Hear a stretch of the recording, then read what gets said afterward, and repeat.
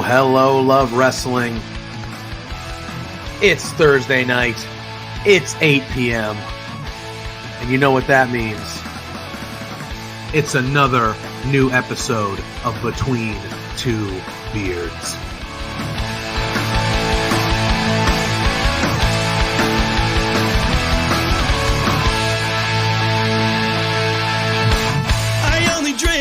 Can we start off with the biggest news of the week? The Rats lost!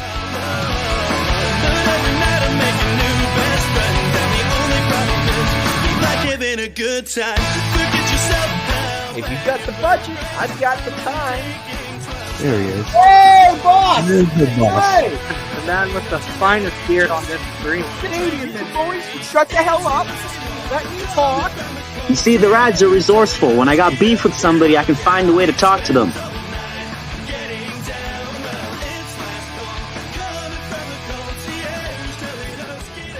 And listen between two beers.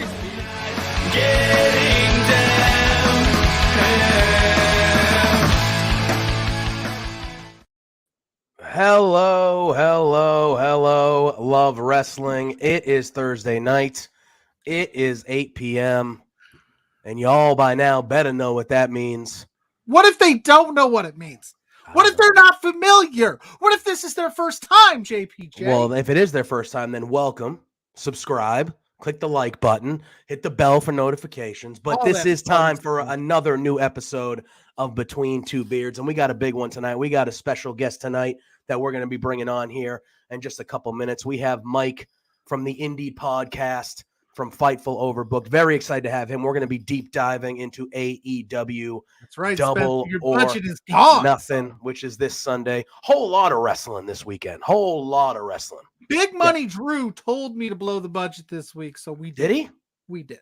It was his birthday. He said blow the budget. That is true. It was his birthday. That's what he wanted from me. So yeah. I gave it to him. That's what we did. That's fair. Pluggo, first and foremost, you know the drill. How we doing, bud? I'm doing fine. It's Thursday. It's a big weekend of wrestling. My son's birthday's this weekend. Son's birthday. I know. I got a lot of kids, so those birthdays You do.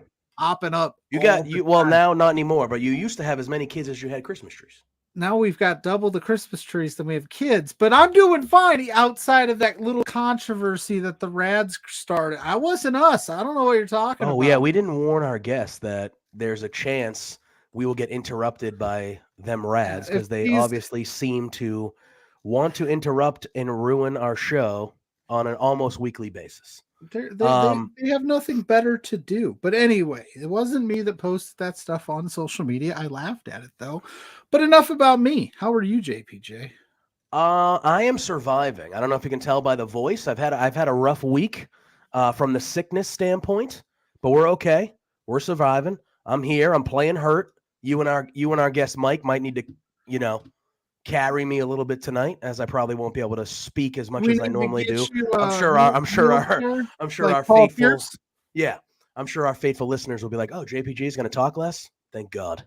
But you guys might have to carry me a little bit tonight because the voice is a little bit of trouble. But all in all, I'm feeling good. I'm excited. It's a holiday weekend, and there's a whole ton of wrestling going on. We have LPW 15 tomorrow night. Talking about our love pro wrestling, we have Night of Champions on Saturday, Sunday. I'm just calling it now. I think the Rads might end up swept. Maybe. And then Sunday night, you got the double dip. Obviously, Double or Nothing is the show that most people are most excited for, and that's what we're going to be chatting the most tonight. But you also have NXT Battleground happening as well on Sunday. There's just a ton of wrestling this weekend. But before we bring our guest Mike on, let me talk to you about our newest brand partner. And that brand partner is BetStamp. Pay the bills, baby. You got to pay the bills, man. Today's podcast is brought to you by the BetStamp app, which is helping thousands of people win at sports betting for free. The same way travelers use Google Flights or Expedia to find the best prices, bettors can now use the BetStamp app to do the exact same. When you place a bet, the odds given by a sportsbook will determine how much you can possibly win. Even when betting on the same outcome, different sportsbooks will offer varying payouts, and these differences can be huge. Thankfully, BetStamp allows you to easily line shop for the most profitable odds across all sports books. You can click on any matchup and instantly see all the different odds for game lines, player props, and even future bets. Line shopping is the simplest way to find an edge in sports betting and maximize your chances of winning long term. On average, BetStamp users win an extra $1,000 plus yearly just by this line shopping feature. You can find the BetStamp app on your Apple Store, your Google Play Store, or through your browser at www.betstamp.app. That is www.betstamp.app. To access all these benefits, sign up using the promo code that you see right on your screen right there, Love Wrestling, and start your journey to successful sports betting today. If you forget to use the code upon sign up, don't fret, don't be worried.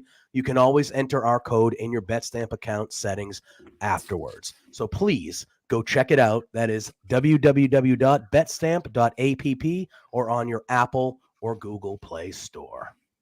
Boom. Consider your bills paid. Oh, God, that was Ryan. I'm not disrespecting anybody. I did not post anything today. It was not me that posted anything. Fair. All right. Should we, without further ado, let's bring on our guest. We have, like I said, we have Mike from the Indeed podcast over there on Fightful Overbooked. We are very happy to have him. And how you doing? Official budget blown. I know. Every week we blow the budget, and we are doing it again tonight. How's your Thursday evening, my friend? We're very happy to have you. I'm very happy to hear that you blew the budget to have me here. You know, I drive a really high price. That's what we look at. Spencer knows. He knows, like, you know, he asks us every Monday, I think. He's like, you have a guest this week? And he asks us out of fear because he knows that we're going to pull something out and he's going to be like, what the hell, guys? You know, like, we got to, you know, but he's busy this week. So we might he's busy doing that wrestling promoter gig this week. So we were like, the key is, although Ryan's getting angry. If the memo, if the check hasn't got to your offices yet, Ryan, that's on Alice, our accounting lady, and I'll take care of that. We'll look out. If you didn't get your funds, we will definitely look into that for sure, because that is not something we try. That's on Spencer. Yeah, man, they're totally paying me to be here right now. Totally paying me to be here. All right, man.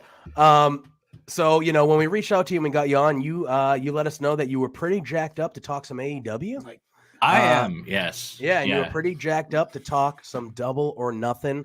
Yeah, man. Which is happening this Sunday from the T-Mobile Arena in Las Vegas, Nevada, where it has been almost every year in Las Vegas. Every year, actually. Is that good or bad? Every year. Do you think that's good or bad, guys? I think that's I'm a good question. Okay, here's the thing. off. Oh, no, you're good. And maybe we'll let Mike answer first, but maybe he should. He's the guest. Yeah, I think so. Yeah, all right. I'll leave it to you. Do you think it being in the same place, and I guess we could probably say All Out as well because it's been in Chicago. Like, do you think they should switch it up occasionally and maybe like not have the same destination for an every year show? Well, so on a personal level, like as a low-income Canadian with no travel budget, I don't care because I just order it. And that's fair. Mind you, get some different crowds would be nice. But they do it with Full Gear and Revolution, and then kind of having the two static pay-per-views that almost have like a home base to them. I like the idea. Also, perhaps some Toronto's getting Forbidden Door recency bias because that's only an hour away from me now. Might play a hand into it for me. For sure. Now that we're seeing some love up in my neck of the woods. As well as they feel like they might be adding some shows here and there based on the news that we got. Well, officially got last week. And this week he kind of added a layer to it. The Collision's starting, so maybe that'll warrant some more shows Yeah. in different areas, which will And- make it a little easier. Because if it was the main four, when it was just those, it's like, well, okay, if you're going to Vegas or Chicago, that's it. That kind of leaves a lot of the country out of the mix for the other two. I mean, I think the thing that they have going for them is the two shows that do have the home bases. They're usually on the holiday weekend. So not everybody gets the holiday off or the extra day off. I understand that's not an every job type scenario, but it does, if you do have the holiday weekend off and you are a diehard wrestling fan, you might say, okay, I'm going to go to Chicago for Labor Day weekend this year and try to go to All Out, or I'm going to go to Vegas for Double or Nothing. You know what I mean? So Ryan's saying a casino themed pay-per-view should be in Vegas, but that's what he's saying. Yeah, I agree with that. The thing about the holiday weekend, though, and also again, like I have no travel budget, so to me means absolutely nothing. Mm-hmm. But on the holiday weekend, somewhere like Las Vegas is that's a pretty hot travel destination. So I can imagine that even if there wasn't Double or Nothing in Vegas this weekend, just going to Vegas this weekend costs objectively more than any other weekend in the month of May. Yeah. So maybe for the sake of people who do want to travel to shows, like that's I don't know, traveling to like Vegas on a long weekend is kind of steep. Oh yeah. So, for sure. Chicago on Labor Day weekend, probably not as much of a tourist hotbed, you know? So like that one's probably fine where it's at. But like, I think moving it like a week or two in either direction, you probably make it accessible for more people to travel from out of state. Yeah. For the duration. Probably not. Yeah, you are probably not. Well, I made the mistake before AEW existed was to have all these children. Like I've got one kid that's Memorial Day weekend, and I've got another that's Labor Day weekend. I should have thought about that when I had these kids before AEW was even a thought in my eye. I should have known. I should have known because it makes it hard for me because it's like, well, I can't say no to birthday parties. Yeah. Listen, guys. AEW son. Yeah. You gotta tell them. Yeah, look, you gotta let the kids know. Dad's important to me. I love you. Too. Yeah, I love you, but I got some stuff. Oh, I need it's to your take care of as birthday. well. I'm sorry. Yeah, exactly. Anarchy in the Arena is on. Yeah. I mean, all right. So obviously, you do the Indeed podcast. 100% misfit. Blaming the kid. Oh yeah, Pluggo always. You always got to blame the kids. You always got to blame the kids. The kids. It's a wonderful excuse for like whatever in life. I was literally just gonna say I don't even have kids, but I know once you have a kid, that is an excuse for you to leave any event at any time or not show up to things for the rest of time. You could be like, oh, kids acting up. 1,000%. Kids acting up. I gotta go. I can't make it, guys. My daughter's 11 and she's like a smart ass and she catches strays for everything around the house. But then also I've used her as a scapegoat to get out of so much shit. 100%. It's impressed. Like she doesn't know what kind of commission I owe her for the amount of like if I had to pay her for these things, no.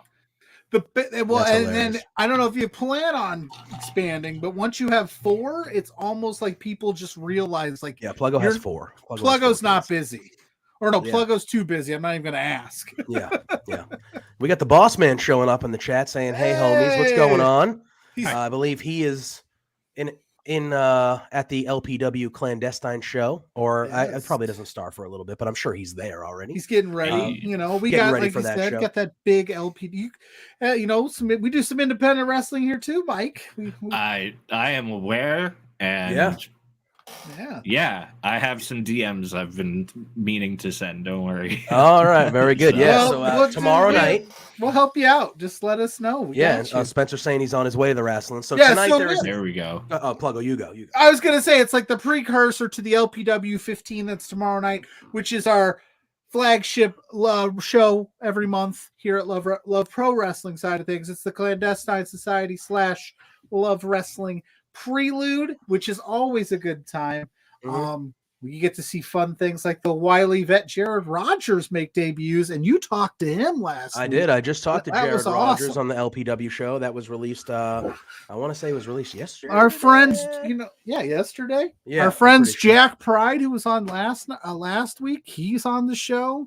Yep. TFA, she's on the show. Michael Mhm. Richard Blaze, he's on the show. All of your favorite Between Two Beards guests have been on, or it's going to be on these shows the next 2 nights, Yep. and even those Rads guys, they're Yeah. on it too. Mike, I gotta warn A you. little bit of heat there.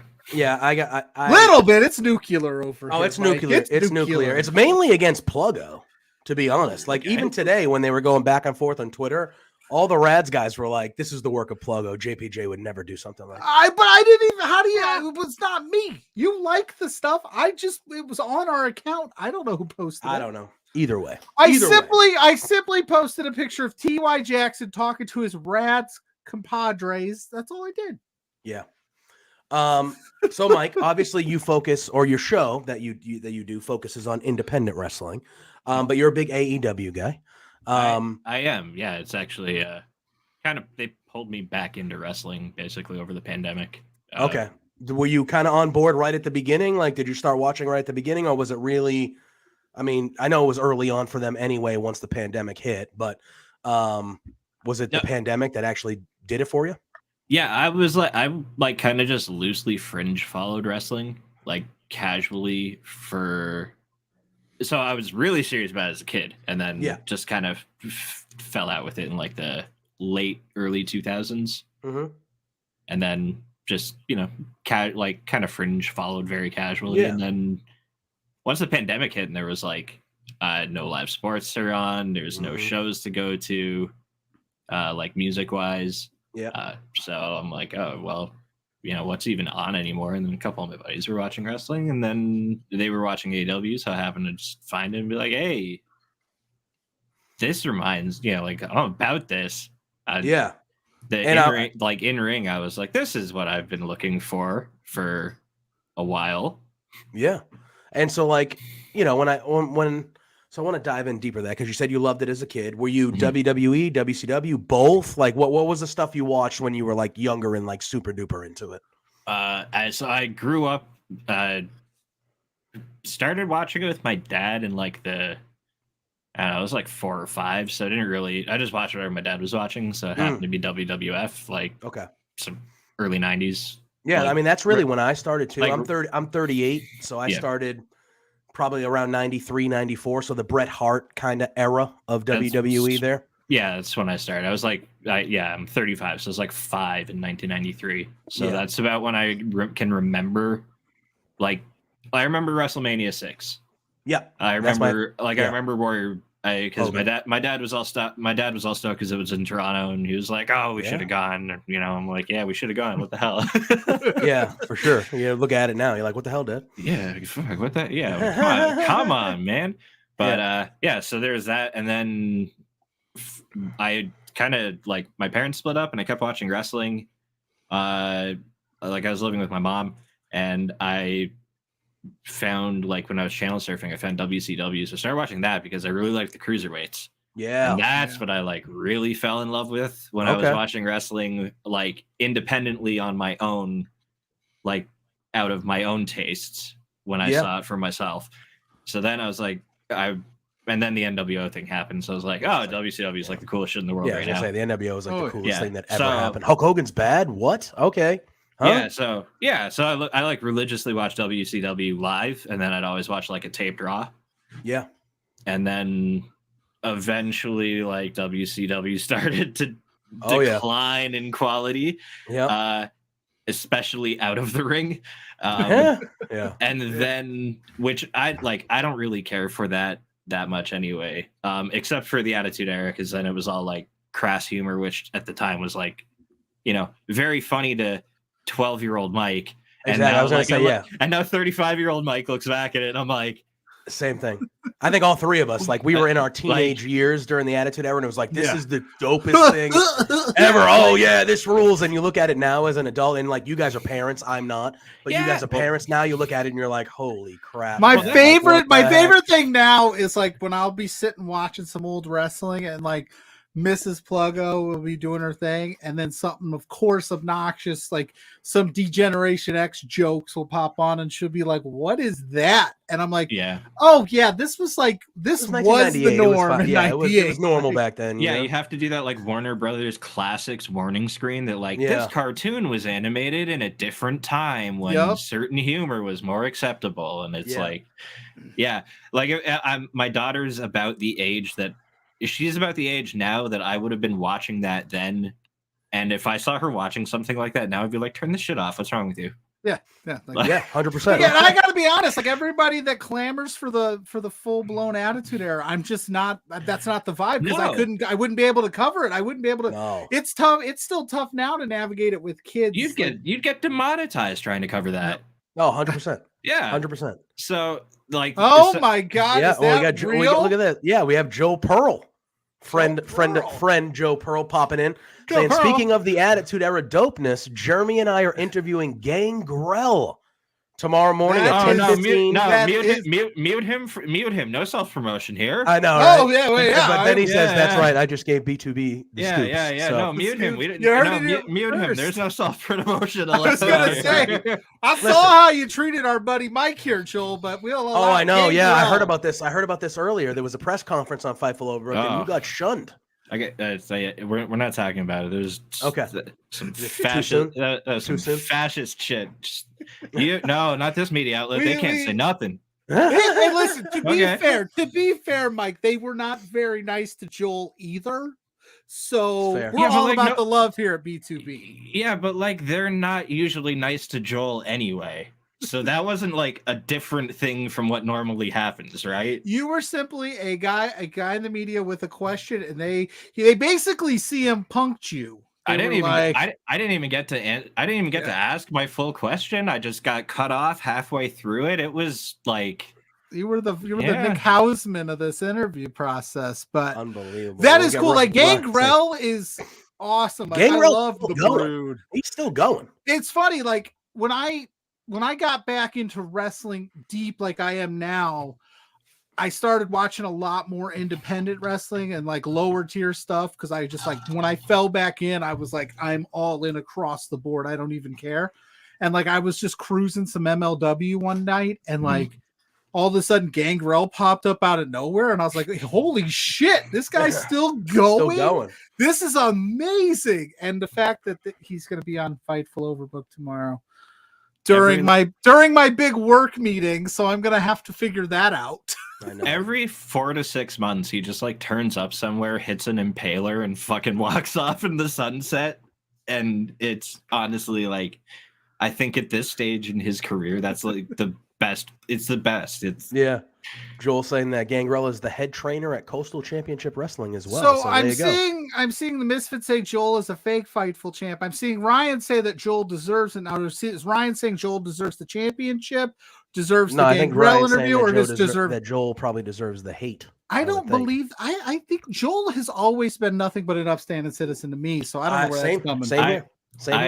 Before I was with Fightful Overbooked and I was still doing the show on Body Slam, I went to the first Dynamite in Toronto. Nice. And I was outside and I was just hanging out with my friends and I like was talking to Mel Coleman out there, and then I happened to notice that I was like, that guy looks familiar, and it was Joel. And and so I can't ever have bad things to say about Joel because he was just so nice when I met him. Yeah, amazing. I shared a hotel room with him and Spencer. SummerSlam 2021 in Vegas. We were just talking about Vegas. We're going to be talking about Vegas again in Vegas. And that was the weekend that CM Punk came back. So I once upon a time DM'd with Joe Pearl. So I feel like we've all been there. Days. He said 800 days as Fightful champion tomorrow. I will say this: I've never seen Joe Pearl and Misfit says Joe he's Gacy the Roman Reigns together. of Fightful. Does that mean should we acknowledge Joel Pearl? We should acknowledge Joel Pearl, but also what we should acknowledge is that Joel should now add another wrestler to the list of wrestlers that Joel Pearl has to wrestle. Fair. And I think him and Roman have to have a unification match. I think so. For the WWE. I mean, Roman just hit 1,000 days yesterday. Today is Roman Reigns' birthday. So a in unification match would be wonderful between in Joe Pearl North and Roman. American wrestling, it's like Roman Reigns, Joe Pearl, and like Camille. Yeah. For like the longest reigns. Well, I guess if you wanted to say Braun Strowman's Greatest Royal Rumble Championship, there you is go. the one. For usual. Acknowledge Joe Pearl. He's clipping that, I guarantee. Oh, 100%. 100%. Bastard. I love him. He's like, look at these guys over here. He's They a swell like guy. me. They acknowledged me. They acknowledged me over there. Damn it. You guys don't acknowledge me here ever. All you It's do like is shit on me. But they acknowledged me. It's like that. It's like that episode of the league where they're like the other league is treating Andre super well. Yeah. He's thinking of leaving. Yeah. He's What a like, great see show how the they league treat was. me The over league there at was Love excellent. Wrestling. And then I come over here to Fightful and you guys dump all over me for all I do. They're acknowledging me. They're throwing up the ones. We acknowledge Joe Pearl here on Beards. 100%. And I know you said you're a big music guy. I do want to talk about music at some point before this show ends tonight, because me and Pluggo are also big music people. I grew up, we're around the same age. I was a pop punk, post-hardcore, emo-ish, screamo-ish, metal at time. That was my kind of wheelhouse. So I want to talk about some music later. But sweet. You said kind of fell out. You paid attention. I had a similar window. I only fell out for like 3 or 4 years, but I had a similar window where I watched it to like right the beginning of when John Cena was like the rapper John Cena. That's probably when. So it was before he became John Cena, but he was still rising. I probably started to fringe. I would read the dirt John sheets. Cena? Yeah, maybe. I don't know. Yeah, He's from literally 20 minutes. West Newbury is 20 minutes south of me, right? Newbury. Yeah. They don't. Every time I drive into West Newbury, how is it not on the sign where it says "Welcome to West Newbury, home of John Cena"? Because you can't see him. It's true. But How how do you know not? he's What there? else has West Newbury done? Come on. He came Anyway. out the womb. You couldn't see him. The doctor's That's like, true. did you just give birth? That's true. But you said you kind of fringed, and then you saw AEW, and that kind of revitalized your watching of wrestling. So what about AEW really stuck out to you? Well, so how it kind of went down was like mid 2000s. WWE was the only thing I could watch on TV, and it wasn't great at the time, like at all. It's pretty fucking bad. Fair.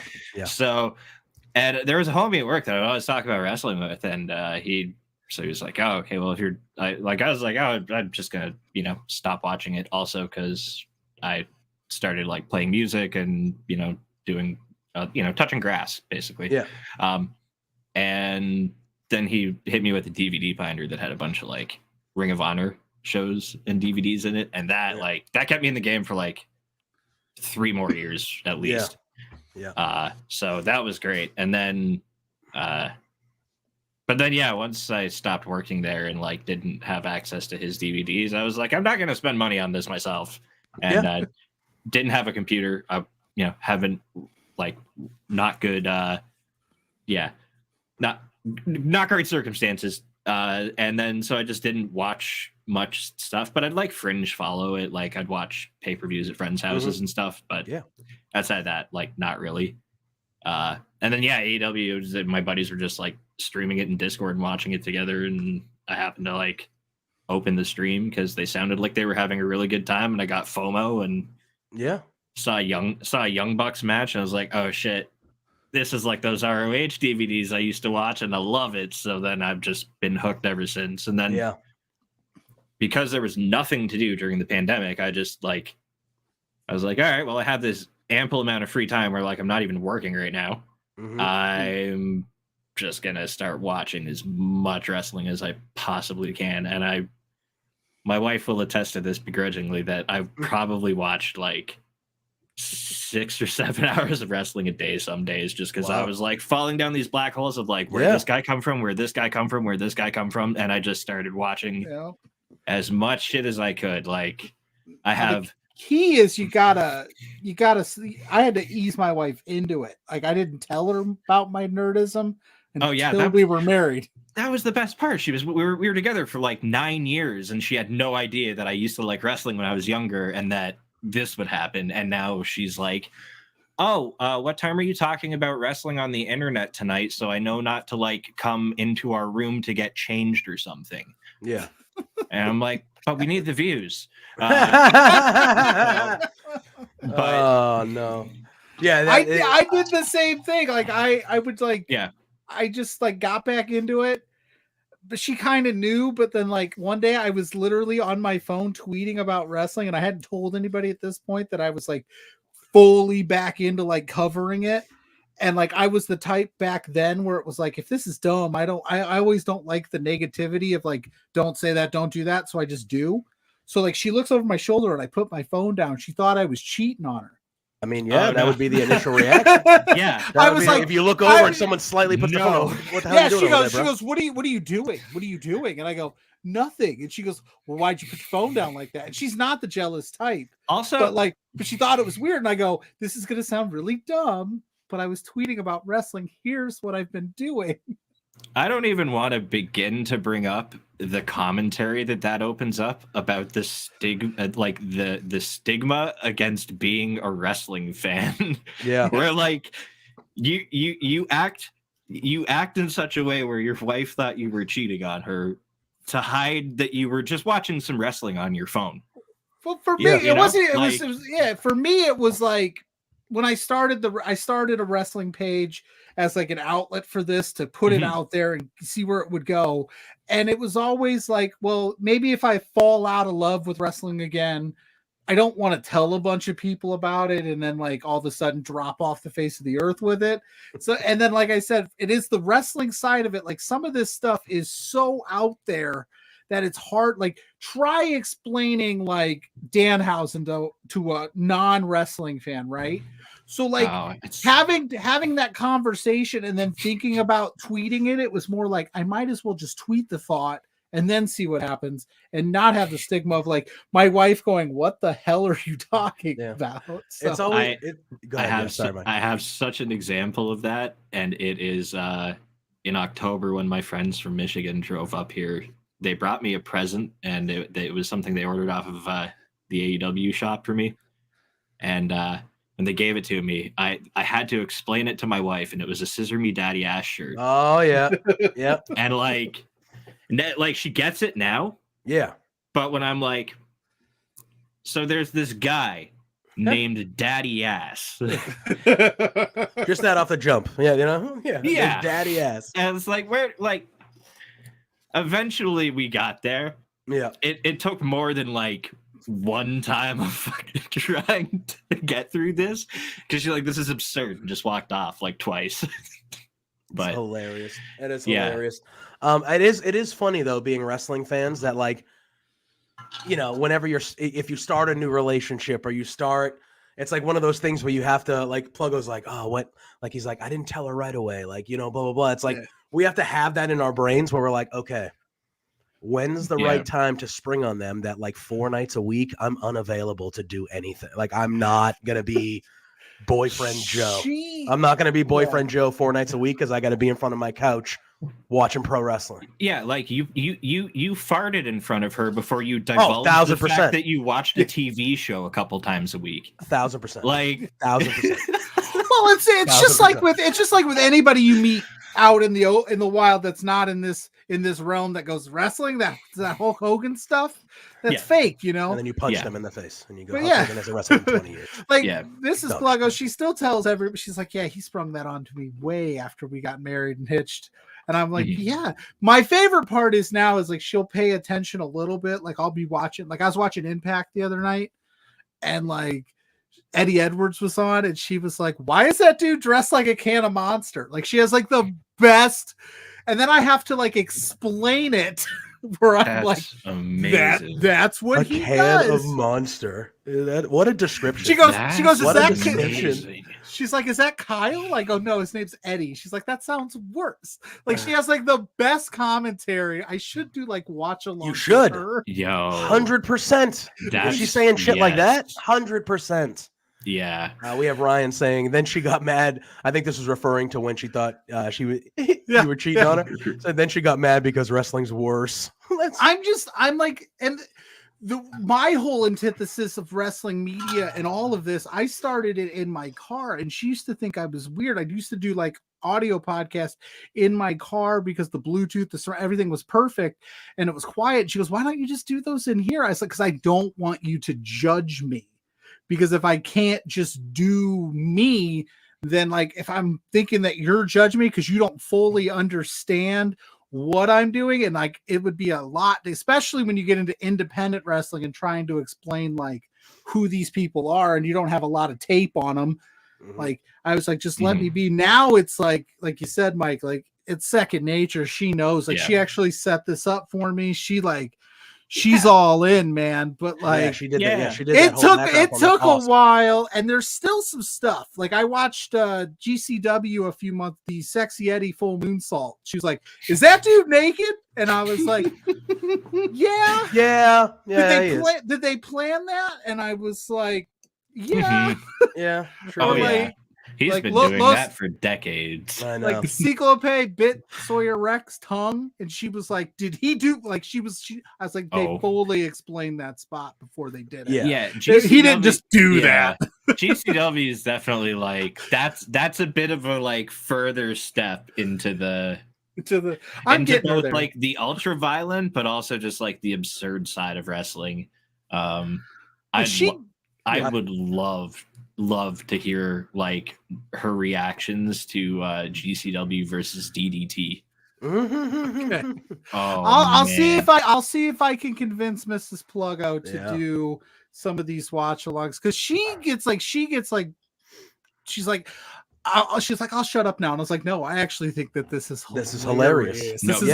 That's my favorite thing. If you did a podcast like watch alongs, talking, like if you did watch alongs of like old wrestling events, and you were like, listen, we're recording this, it's you and me, and I don't want you like, don't try to be somebody because we're recording. Like, just be natural. Say what comes to you. That shit would be a hit, guaranteed. People would eat that shit up. Why does he look like a can of Monster? Like, you know what? That's hilarious. That is hilarious. We have Blair in the chat saying hello. We also have our buddy Darnell popping in saying what's up. They're amazing. Blair and I will be doing Grainmaker and I. We just did a Double or Nothing preview for our Patreon here at Love Wrestling, so look out for that. And we have For Exposure on Sunday morning at 9. We're talking independent wrestling. And that's our independent wrestling show over here on Love Wrestling. And real quick, before we keep going, because I missed it, Ryan, I will acknowledge the Rads. Here's what I'll say. I acknowledge Joe Pearl because he's not a paper champion. Wow. And I will go, I'm going to put it on the record because I've been thinking a lot about this. Oh boy. If the Rads tomorrow night can take care of business and beat Bharat Garani and Shabazz, my bad. If they can do it and they can do it clean, I will come on this very program next Thursday night and issue a public apology to the Rads. I don't think they can do it. I don't think it's going to happen. Bharat Garani has already gone on the record saying it's not going to happen, so I have nothing to worry about. Okay. But you can clip that. You can take that to the bank. If they can win 2 matches in a row clean, by all means, I will apologize. All right. All right. I mean, hey, you heard it here first, people. You heard it here first. For anybody that just popped in, welcome. We're about to dive into AEW Double or Nothing preview here with our buddy Mike from Fightful Overbooked. If you are here for the first time or you're here, make sure you hit that bell for notifications. Make sure you hit that like button. Make sure you're subscribing to Love Wrestling over on youtube.com/lovewrestlingca. Danhausen. Love the Danhausen. Danhausen. Sorry. I know what happened there. You don't have to explain it to me. I know what happened there. Yeah. You might see I'm just like you. You might see Danhausen like every 10 minutes or so. That's fine. I will say this. You were incredibly fired up to talk Double or Nothing and AEW in general with us. Before we get like super into the card, she just her ears must have been burning. Yeah, Mrs. Pluggo showing up right here. I was just talking about you, honey, about how you give the best wrestling commentary in the business. Yeah, he did tell us that story about how you said that a wrestler looked like a can of, what was it, Monster? Eddie Edwards looked like a can of Monster. Why is he dressed like a can of Monster? And then I told him that you thought I was cheating on you when I was tweeting about wrestling, and then I put my phone down because I was I don't know. I guess I was embarrassed, but Hey, at this point, if it's any consolation to you, Mrs. Pluggo, I did the exact same thing to my wife. She had no idea I liked wrestling for like 9 years, and then boom. Now talking about it on the internet. Drop that bomb on her. Drop that bomb on her. So I was gonna sit before the first lady of Between Two Beards hopped in, Mrs. Pluggo. Nice to see you, my love. You were excited to talk AEW. I was excited to talk AEW, and we had a guest on last week, Jack Pride. That was an awesome interview. Everybody go check that out. The first ever LPW Scramble Champion. So we didn't get a chance to talk a lot about what happened last week, leading up to today. Like Collision got announced, and then they weren't sure if Punk was there. Now Punk is there. Where do you land on this? Is Punk in? Is he out? And then he waited until we were married. He waited until we were married to tell me about wrestling. There you go. Because I already am at a disadvantage. If she would have known that too, there wouldn't be a Mrs. Pluggo. She would have been like, "See ya." Yeah. Maybe.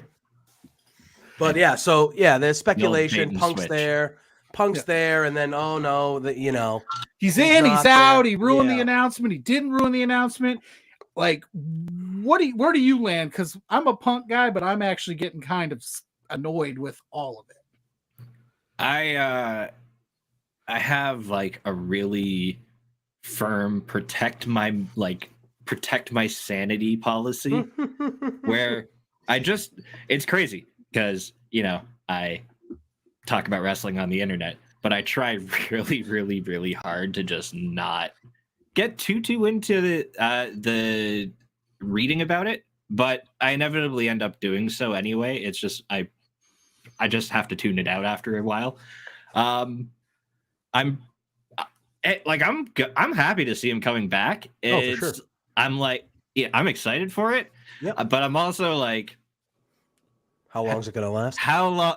Yeah, how long is the honeymoon? Yeah, and that's always like a nerve-wracking feeling of how long is it going to be before like somebody says like something super arbitrary that shouldn't matter and it becomes another public meltdown or something, or any of the other various it sounds funny to say, right? It sounds hilarious to you to say that, but that is 100% CM Punk. As a guy, he's the reason I got back into this stuff. Because I was so drawn to him, but I talked about it a couple weeks ago with JPJ. Like, he's 47, 48 at this point. Like you said, he's one misstep away from blowing it up again. Is he worth the short-term investment? Because in the long run, he's not going to be there in 5 years. There's not a chance in hell we're going to be sitting here in 5 years and go, "Yeah, CM Punk's still wrestling." Like the way I best explained it to my friend, because we were actually like just having this conversation the other day. I love watching CM Punk, but I'm always nervous for when Phil Brooks is going to show up. Yeah, that's a good way to put it. That's a great way to put it. We got a couple guys. We got Hab guy popping in saying he's a little late, but better than ever. We got Bebe saying the Punk BS feels like the relationship that everybody tells you to leave, but you stay anyway. No, exactly. I think that's another great way to put it too. Yeah. Like I want him to show up. I want him to be there. But I don't want to deal with it. Yeah, exactly. It's different this time. It's going to be different. He has his own show. He's going to have his own people over there. It's going to be different. No. Yeah. I mean, hopefully it is. Because I, like you guys, CM Punk being back in professional wrestling is not a bad thing. It's actually a very good thing. Mm-hmm. And there's unfinished business. I want to see him and MJF at some point finish their business.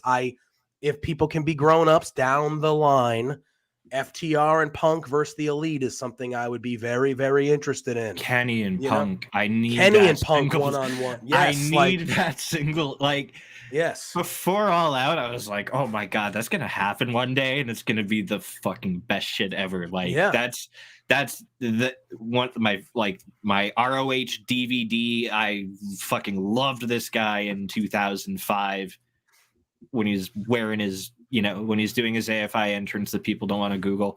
And and then you say that because when he did it he did it at AEW. I was like, what is that? I was like, what is this? It's like, fucking go on the internet, bro. Fucking search for it. It's not hard. Who was the person who tweeted, is this a Terminator thing? Who was that? I don't even know. Somebody in the chat's gonna know, please.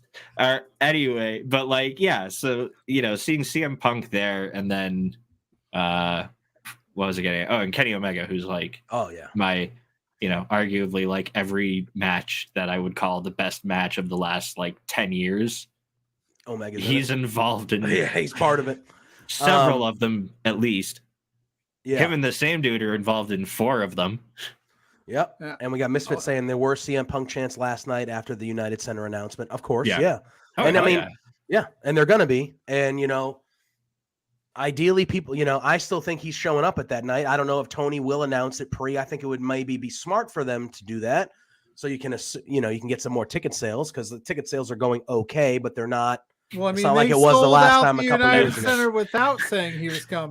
But that was different. That was different than this time. This time there's a little bit of myself for not going a little bit of baggage coming with it, because I think there are people that are turned off. The couple days before, because they were trying to sell that thing out, they were cheap. The tickets for the nosebleeds were cheap. Yeah, I got all teary-eyed on my couch. CM Punk's my dude, and now I'm like, just come back already, or don't, man. Make a decision. And according to SRS and stuff, the return is going to be him and Samoa Joe, which is, if it happens, like, that's going to rule, like, to see them wrestle again like that. Like, you talk about Ring of Honor, that's a staple of Ring of Honor is Samoa Joe and CM Punk, And I get it. They're a lot older now. They're at different points of their career. But they're going to get in the ring with each other, and they're going to be like, let's remind all these bitches how we do things here. You know what I mean? Like, it's going to be incredible. Yeah. Plus, it's been like, 20-ish years since you've run that match. So yeah, it's gonna be incredible. Like, it's gonna be truly incredible. There's enough time between those ones. I don't think people are gonna be like, oh, not a rematch. Going to the well again, Tony Khan. I know. No, I know. Well, that's the thing. Like, we'll be excited that he's back. Is there a chance he shows up at no, he wouldn't show up at Double or Nothing, right? I feel like they'll just bring him back at the United Center, because I feel like that's the point. That's a really good incentive to buy a ticket, is to every week of TV that passes, or a pay-per-view that passes between now and that show, that he doesn't show up. Just, it lends more to, he's going to show up here. We need to get a ticket to this. If he does not show up to the United Center, if something happens between now and that event, because all intents they'll sell out on just the merit that CM Punk will be there. They pretty much sold out today.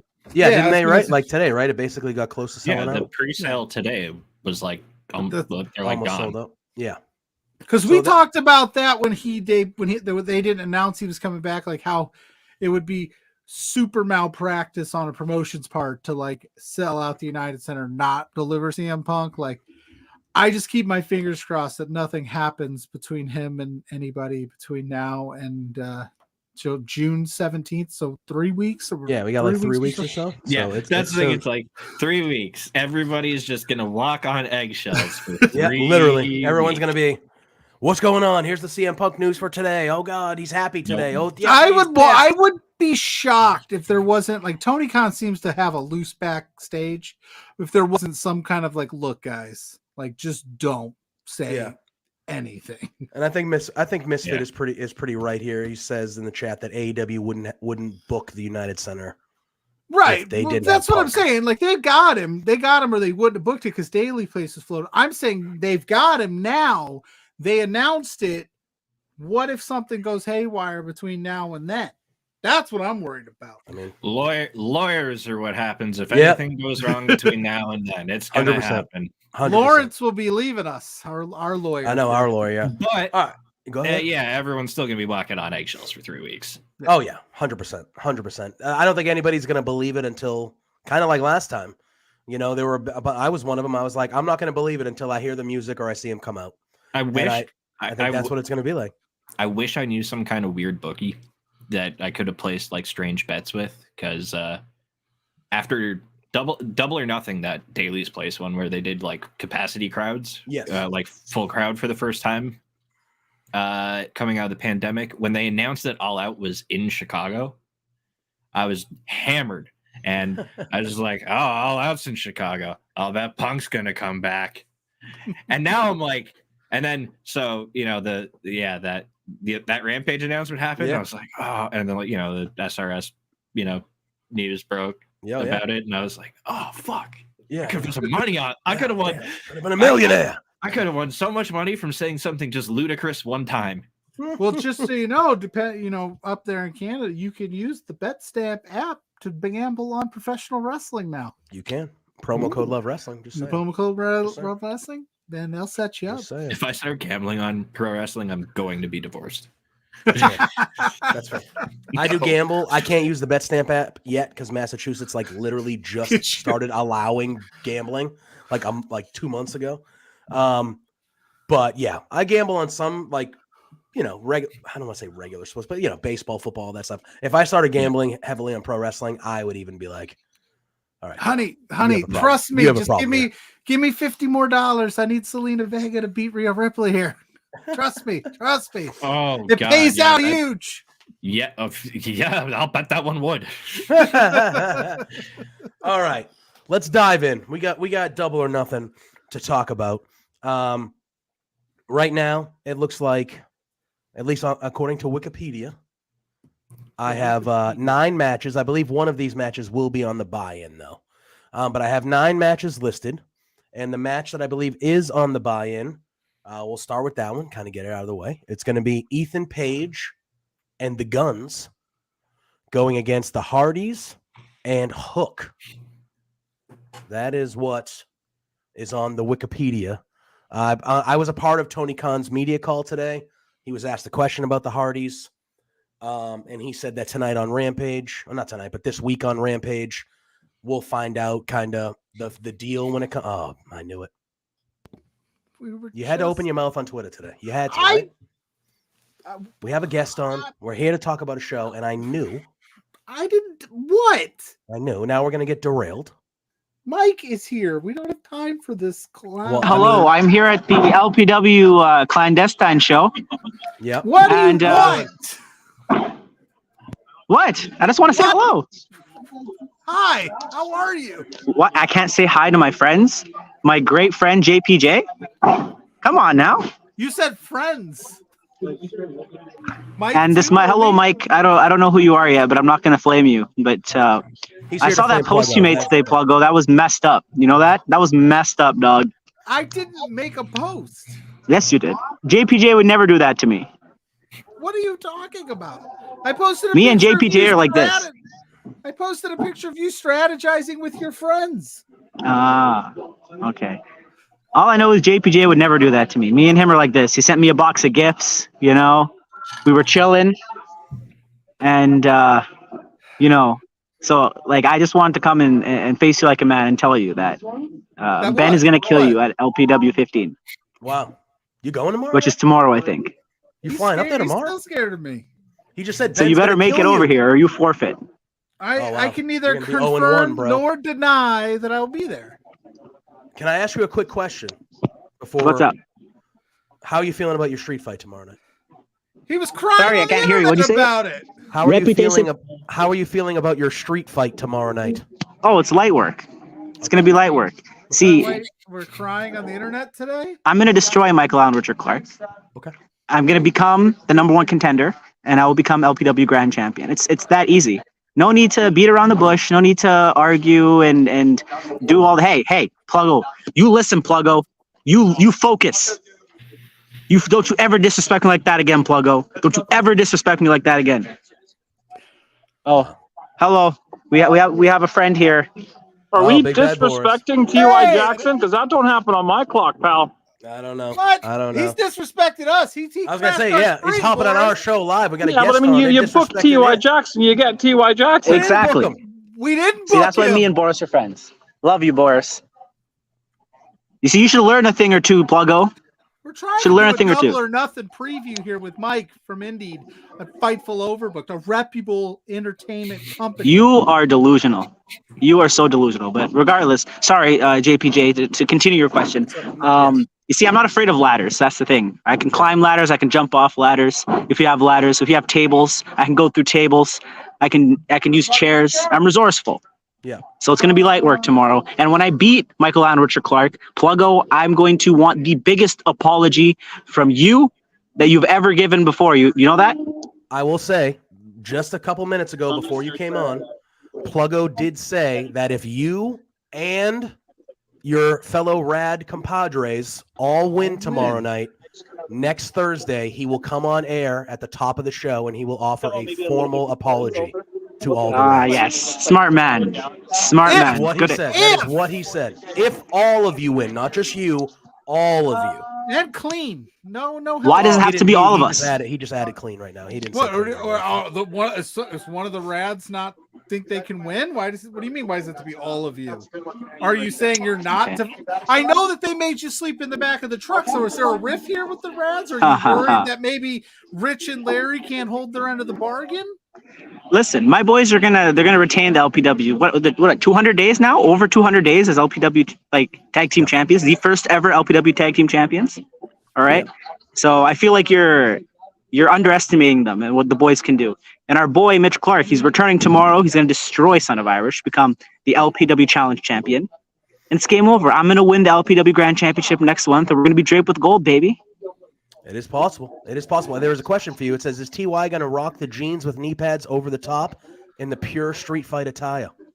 I might have some things in mind, but I have a pretty good wrestling outfit, so I might want to keep that, All right. But we'll see. Little surprise. All right. Well, anyways, I'm going to hop off here because Plug, I'm getting disrespected. Thank you, Bryce. Yeah, there are. Anyways, I'm heading out. Okay. Yes, exactly. Pluggo, you deserve to get disrespected, but I'm leaving, and I expect an apology next month. Screw you, Pluggo. I love you, JPJ. Hello, Mike. Hi. Okay. Bye, TY. See what you do, Pluggo, when you talk shit I'm really every sorry day. about that, Mike. Yeah, we have a guest. You deserve We're just better. about to dive into Double or Nothing. That's okay. You seem like a nice guy. Say hi to me. Everybody says that. Why am I the crazy one here? I feel like I'm getting like. I don't know. He was nice to me. Yeah. He told me that he actually said, I love you, JPJ. That's what happened at the end there. Said, I love you, JPJ. I heard him. The man's got good taste. What can you say? I don't understand. What side are you? You know what? Listen. You know what side I'm on. I said I'm on your side, but I'm not the one. And again, I don't know what happened today because you're saying no. I'm not the one that goes on Twitter and starts these beefs, bro. I'll be on your side if it comes to blows, but it is what it is. Anyway. Look, Blair's got your back. He's saying the disrespect to my co-host. Thank you. Okay. I will announce for everybody that's back in the chat that's doing it. And you know what?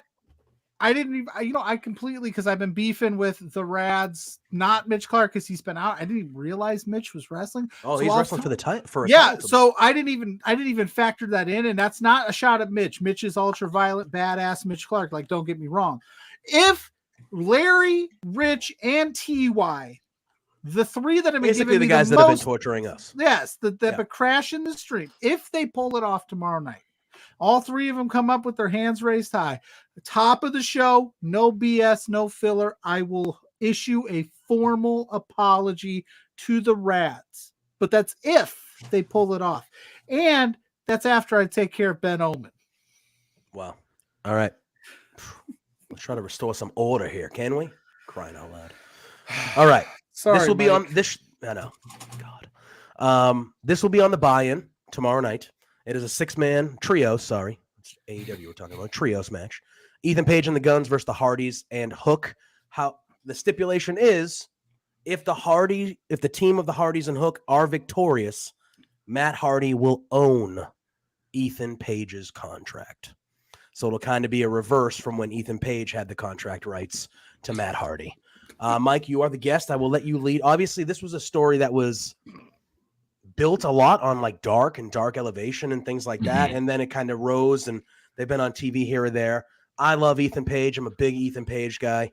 How you feel like, it's on the buy-in. So it is what it is. It's not on the main card, but do you think that the Hardys win Ethan Page's contract here? You think we're going to get a little bit of time with Matt Hardy torturing Ethan Page, kind of getting some revenge?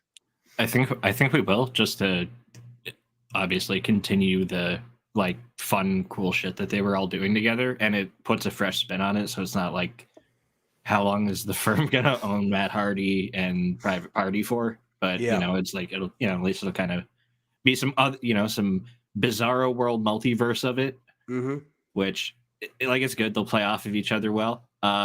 So yeah, like I think I think they're gonna win. I don't. So like I'm stoked for the Hardys. I'm stoked for Hook.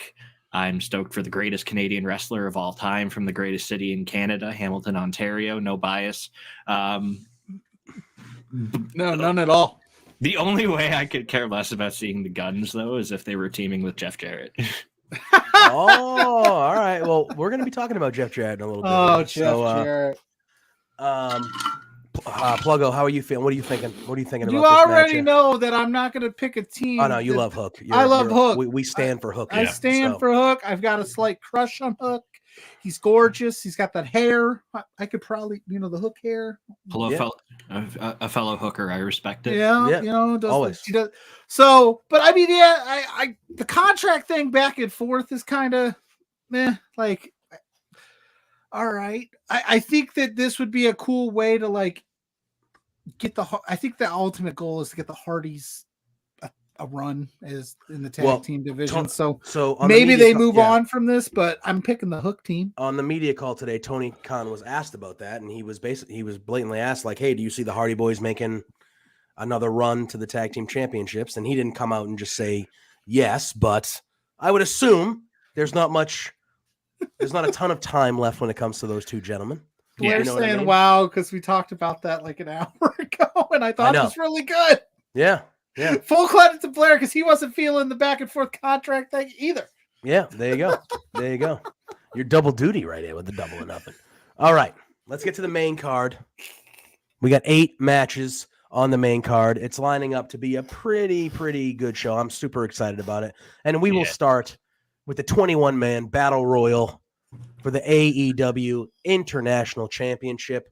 I have the list of all the participants. We have Orange Cassidy. Can you link that in the private chat so I can actually look at it? Yeah. Would you mind? I'm sorry. No, you're good. You're good. Let me do that. I tried to find one, but this was a couple days ago, and realized I just threw it in there. It says it at the bottom of the matches, but we have Orange Cassidy. Obviously, he is the champion. Ricky Starks, The Butcher, The Blade, Bandito, Commander, Lee Moriarty, Big Bill, Ari Daivari, Tony Nese, Chuck Taylor, Trent Beretta, which I think that could be an intriguing spot during this with all the best friends if they want to do something kind of fun. Kip Sabian, Ray Phoenix, Penta, Swerve, Brian Cage, Jay White, Juice Robinson, Keith Lee, and Dustin Rhodes. So those are the 21 participants in this match. Orange Cassidy has been, you can make an argument, he has been I don't even know if there is an argument. He is the hottest wrestler in AEW. He's wrestling every week on the shows. He's having banger matches every week on the shows. He's winning all these hard-fought matches. He's definitely the strongest booked champion in the company. He's probably arguably, Roman's had it for 1,000 days, but he's arguably the strongest booked champion maybe in all of professional wrestling, the way that they've been booking him these last few months. I think after last night, he's on a 22-match win streak. He's on Dynamite literally weekly. But it's a battle royal. Anything can happen. Mike, obviously you being the guest again, I will let you lead. How are you feeling about with the line of matches, one-on-one matches that we've seen Orange Cassidy have and just the quality of them? How did you feel when you heard he was going to be defending his championship in a battle royal to begin with? And then how do you feel about the participants and just where this is going with the battle royal on Sunday?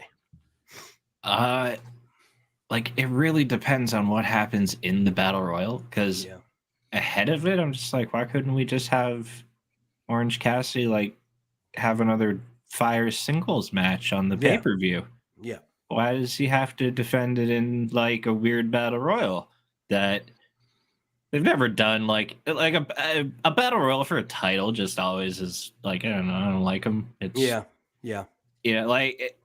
triple threat, 4-way, that stuff. It's okay, there's the champion doesn't need to get pinned, but it's also not, the champion doesn't need to get just randomly bounced over the top rope by somebody either. Yeah, 100%. So that But also AEW does like battle royals really well, so I don't know. I'm willing to give it a try, see what happens with it. I don't know if I haven't really counted. I'm assuming everyone's all present and accounted for on the list. Yeah, I believe I counted a little bit before we start talking about. I believe all those guys that I mentioned that it does equal 21. So okay, yeah. So unless they're planning on some sort of angle or something like that, I think those are the guys we are going to get in the match. Yeah. Yeah, so they can't use this to as a device to either return or debut someone. Yeah. I agree with that. Very wholeheartly. Yeah.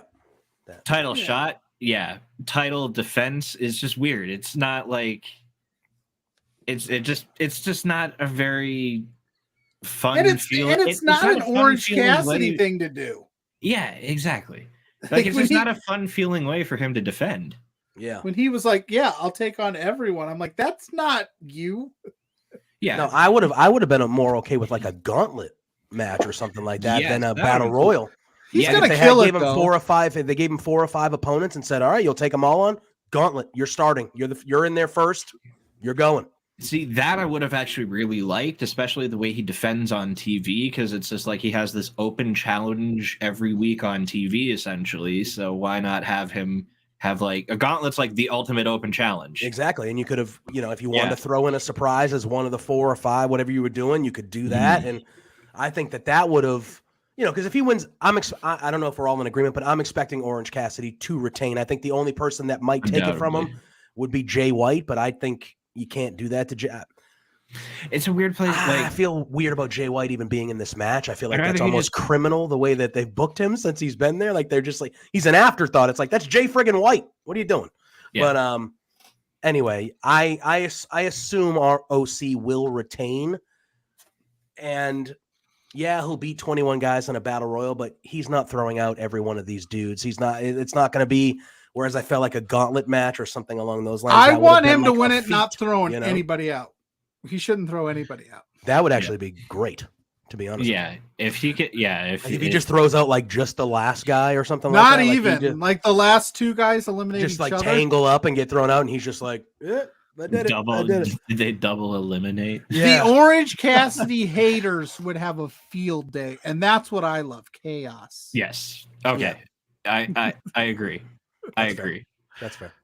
Yeah. But I think he's winning hands down. He is light years of he's on fire. The man. He's on fire. This would be criminal to take it away from him in this spot when you could have a Jay White have a banger match with him and then have him give it up to somebody like a Jay White if you were going to go that route. Yeah. Guy likes your finish, Pluggo. He liked your finish. I witnessed him win this belt with my own 2 eyes. I'm very I'm attached to this reign. I was there when it started. Don't end it in a battle royal, please. And it's been a fantastic reign, and truly, one of the better reigns in AEW history. I would say it's been very, very good. Him and Athena are the best 2 champions in wrestling right now. Yeah, I think Athena's been killing it, dude. Yeah. We have Bryce saying, "I'm trying to think, but is this the first battle royal AEW has ever had that isn't going to have a surprise entrant that we know about?" I think it probably is, right? They do the casino battle royal, the Joker card, or the Joker, or something like that. Well, there's this is a blackjack battle royal, so there's no Joker cards in blackjack. No, there's just 21 guys in it because blackjack is 21. So, like I said, unless they run an angle where one of the participants gets hurt before or on the way or something, I could see maybe Jay White and Juice Robinson taking out Ricky Starks before the match, and maybe there's another surprise, but I don't. Who's out there? They've done other battle royals where they haven't had surprises. They've had some tag team ones. Yep. That the full entrant list was available prior to. That had no jokers to it, but we got Misfit saying, "Watch Big Bill win it. Watch Big Bill." I'll say this. I said this on the Grainmaker preview.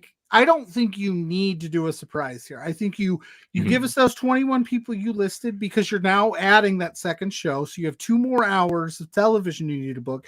This would be a great vehicle to have Orange Cassidy kill it in any way you decide, but also get that Ricky Starks, Jay White, some more feuds, or maybe get Big Bill something going. Use it as a vehicle to get some mid-card guys, some stories going out of it, so that when your TV, kicks off in a few weeks, oh, hey, remember what happened at Double Nothing with Big Bill and whoever? Cool. Yeah. Like, that's already built into your programming and it's set. That's what I think you should do. And then again, Orange Cassidy wins. And all the haters can suck it because he's awesome. Yeah, Orange Cassidy rules. I agree all the way with the haters can suck it and everything. Yeah. So I get flamed constantly. Oh yeah. Anytime we praise Orange Cassidy, there's always people that are like, he keeps his hands in his pockets. Go away. Clearly don't watch just go away. Yeah, watch the show. Go away.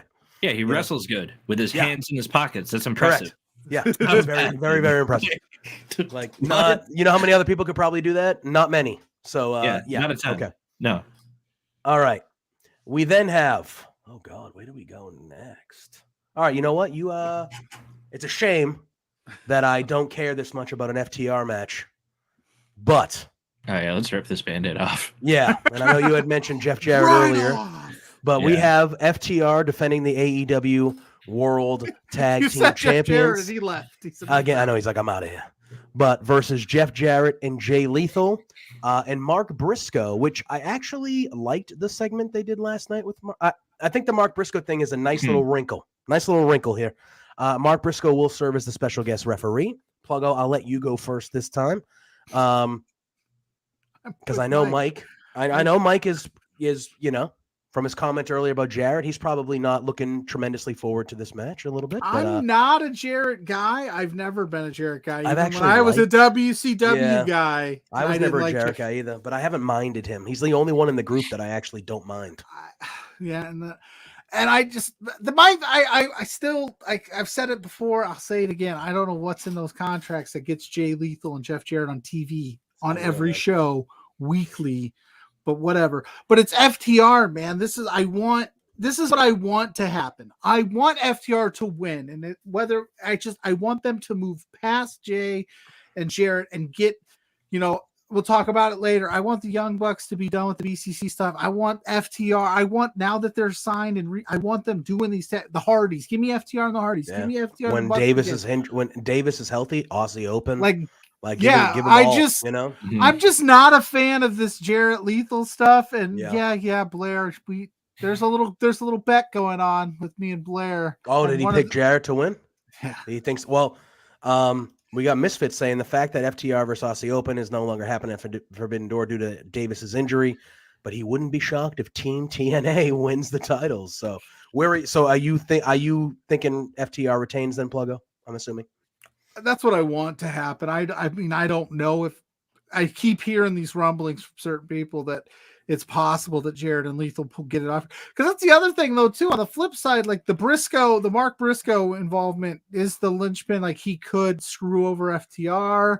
He says he's going to call it down the middle, but what special guest referee hasn't said, I'm going to call it down the middle, and then screws over another team or turns heel? And I think Mark Briscoe could use that. I mean, why not? Something different for him. Yep. So it would be interesting, but I want FTR to have an awesome title run. Yeah. You're gonna, I just want that out of life. Not every special guest referee has said they were going to call it down the middle and then not called it down the middle. They never do. But not every special guest referee then bitch slapped everyone in the I was going to say, what a moment. So I have no idea. Maybe he's going to pin them and take the titles and be just his own. I love that last night. He was just slapping everybody. Jarrett just get out of my way. He slapped Jarrett real good. He did. And I loved what he said to Lethal at the top of the stage. He was like, "You're my boy, but I'm getting sick and tired of this bullshit." And I love that. He didn't slap Lethal, but he's like, "You're my boy, so I'm not going to slap you. But this bullshit, no, figure it out. I'm done with it." Yeah, get new friends. Yeah, I like that. I think when they first announced that this match was happening, I was like, will the match be good? Probably. FTR has great matches. And look, Jarrett can still go, and Lethal is a great professional wrestler. So I expect the match to be pretty good. But I just don't care. I don't care about the Jarrett Lee. I don't care about that whole group. And So I'm just kind of like, okay. But when they added Briscoe, especially with the pile driver thing that happened a couple weeks ago, I thought that was really smart, and it kind of created some doubt. And then last night, clearly in the promo, Mark Briscoe has not forgotten about that. He's still pissed off about it. But then like you said, you saw him kind of bitch slap everybody, so you don't really know what he's going through mentally, where he is, where he's thinking. So I think it just adds some intrigue to a match that otherwise a lot of people kind of weren't really caring that much about. You know? If Mark Briscoe wasn't special guest refereeing this match, I'd probably go make a grilled cheese while it was on. Yeah, this would be, I watched this group simply to see when that pencil's going to fall out of Sanjay's ear. Mike, who do you think FTR is retaining here? I think FTR is retaining here. And when I was like, when I was thinking about talking about this match, I'm like, what are all the other tag teams that could have been in this match? Best friends. And I made a list. Yeah. Okay. Go ahead. Let's go. I'm ready. I like lists. Any combination of Dark Order. Yep. Butcher and the Blade. Mm-hmm. Best Friends 2.0, The Acclaimed, and the Lucha Bros. None of them have, I guess because some of them are in the Battle Royal. There are some of, they're in the Battle Royal now, but none of them had anything going on until. Yeah, but there's all those other tag teams. I'm sorry, Hab Guy. Grilled cheese is the best. Is the best sandwich. The other night, I made a grilled cheese with every different style of cheese I had in the house, and I had like 6 or 7. It was amazing. Those are the best. Oh, wonderful! Because some of them melt like more than others, or differently than others, and then it just makes this crazy melty universe. A roller coaster. What is it? This universe. We are in this house, we have cheese people, we got all sorts of, so I had like different shredded cheeses, sliced cheeses. I made it with like 6 or 7 different styles. Oh, I was in heaven. Love a grilled cheese. It's incredible. It's amazing. It is the best sandwich. It is the best sandwich. But yeah, so those are all the other top tag teams that are like healthy and available and aren't in other matches on the card outside of this Battle Royal that like you could literally take any 2 people out of that and just replace them with 2, just like put Griff Garrison in there, whatever. Yeah, whatever. Who cares? Figure it out.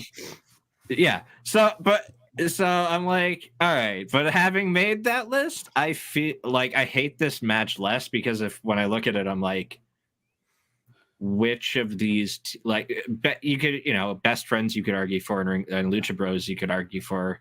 And it's like, out of which of these teams are tag title on a pay-per-view, like you could have just given them a little 2-week program or something to kind of get them in here. Yeah. And I'm like, okay, well, like, I guess, there's a few, like a few of them, but also they're all babyface teams. Mm-hmm. And for the pay-per-view match, you generally, unless it's like some kind of tournament thing where, it's easier to get away with, you probably are going to try to run some kind of like end of some sort of feud at a pay-per-view. Yeah. 100%. And if you're going to do that, you're going to have to like turn one of those teams or alternatively turn FTR. And I don't think it's a good idea to do that with any of them. So like, yeah, this is literally actually just the best option that wasn't involved elsewhere. Yeah. That's a heel tag team. So we just kind of got what we got. Is what it feels like. Yeah. But at least Mark Briscoe being there, it's like, hey, I hope he slaps more people tomorrow. Yeah, exactly. There's like some intrigue. He's gonna be slapping some people. Oh, he is gonna be slapping some people. I wouldn't know, Misfit, because that 19 match card tonight of Honor that'll be over at midnight. Yeah, I did hear that Stu Grayson. Yeah, Stu Grayson has left the Dark Order. I don't watch it. I admittedly don't watch a ton of Ring of Honor because I'm usually here. He's seeing the righteous, but it's not serious yet, and he's not sure if he might go back to Dark Order, but we really don't know. Yeah, good stuff. Of course, that could have all changed because Ring of Honor. Yeah, there's a 19 match card happening right now. It's like it hasn't left yet. Okay, yeah. So they're just kind of like they're flirting, they're texting, they're doing that thing where they're like thinking about it. They're like work husband and wife, but it's like how long before this leaves the office and it becomes an actual problem in your personal life kind of thing. Got it. Yeah. Got it. I like it. Yeah. I like it. All I right. was gonna say Stu Grayson, the first ever to get the double graphic, the all elite graphic twice. True. The goat, Yeah. the goat, Double goat. graphics too. double graphics Stu. He's ready for that run. All right. We then have a singles match for the AEW TBS Championship. We have Jade Cargill, still undefeated, defending the championship against Taya Valkyrie. And I know they call it the Jaded. What does Taya Valkyrie call the move? I'm sorry. Road to Valhalla. Road to Valhalla. That is allowed. She is allowed to use it. Last night she had a match with Lady Frost, which ruled. Very good to see Lady Frost. That was cool. She's so good. And she hit it, and Jade was on the stage, and she was staring right at her and said, "Yep." And she hit it to get the victory.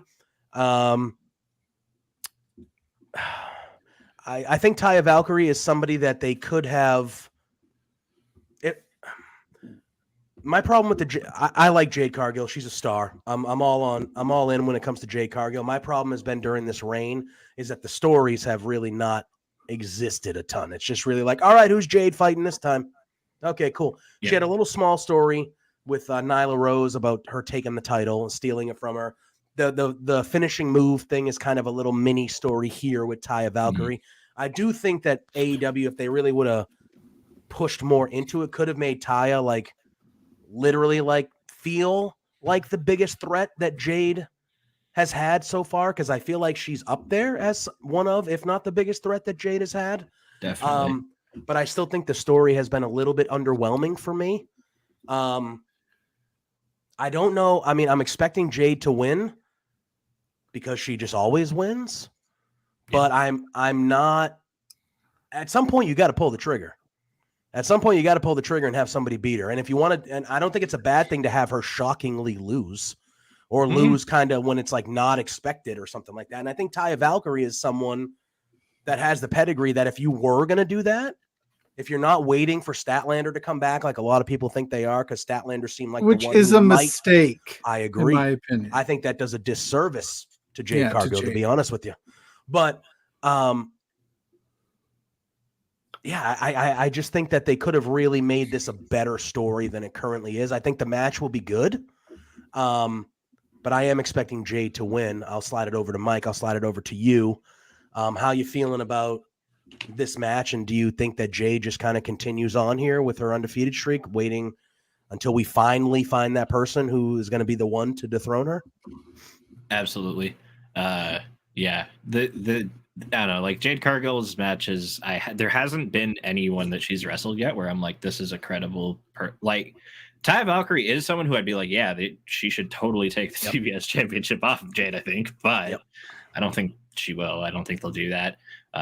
It does feel a lot like they are waiting for Chris Statlander to get back, which, if it would have happened by now, it probably would have worked out better. But now it's just okay, who are you waiting for that it's taking this long now? I know. And yeah, it does obviously feel like a Statlander to me, especially because they've never, even in any random piece together tag match when Jade had the baddies and stuff, Jade and Statlander have never wrestled. No. Not once. And that feels really deliberate when Jade went through the entire AEW roster of women, save for the top 4 people or the top 4 wrestlers that were around the world title picture at the time. Yep. And then even then in the tournament, she beat Thunder Rosa. So, at some point she's beat everyone on that women's roster. And then in many cases twice. Yeah. Except for Britt Baker, Jamie Hayter, Saraya, Toni Storm, and Chris Statlander. I think that's the only 5. Yeah. That she's never, Sheeta, as well. Yeah, we have Misfit saying, to me, you should just give it to Sheeta. Give it to Sheeta. Yeah, I don't think Sheeta would be a bad option at all either. No, I don't either. And the other thing too, which we'll touch on with the other women's title match, but I think Chris Statlander could be of a great benefit if she's able to come back soon in another area. Yep.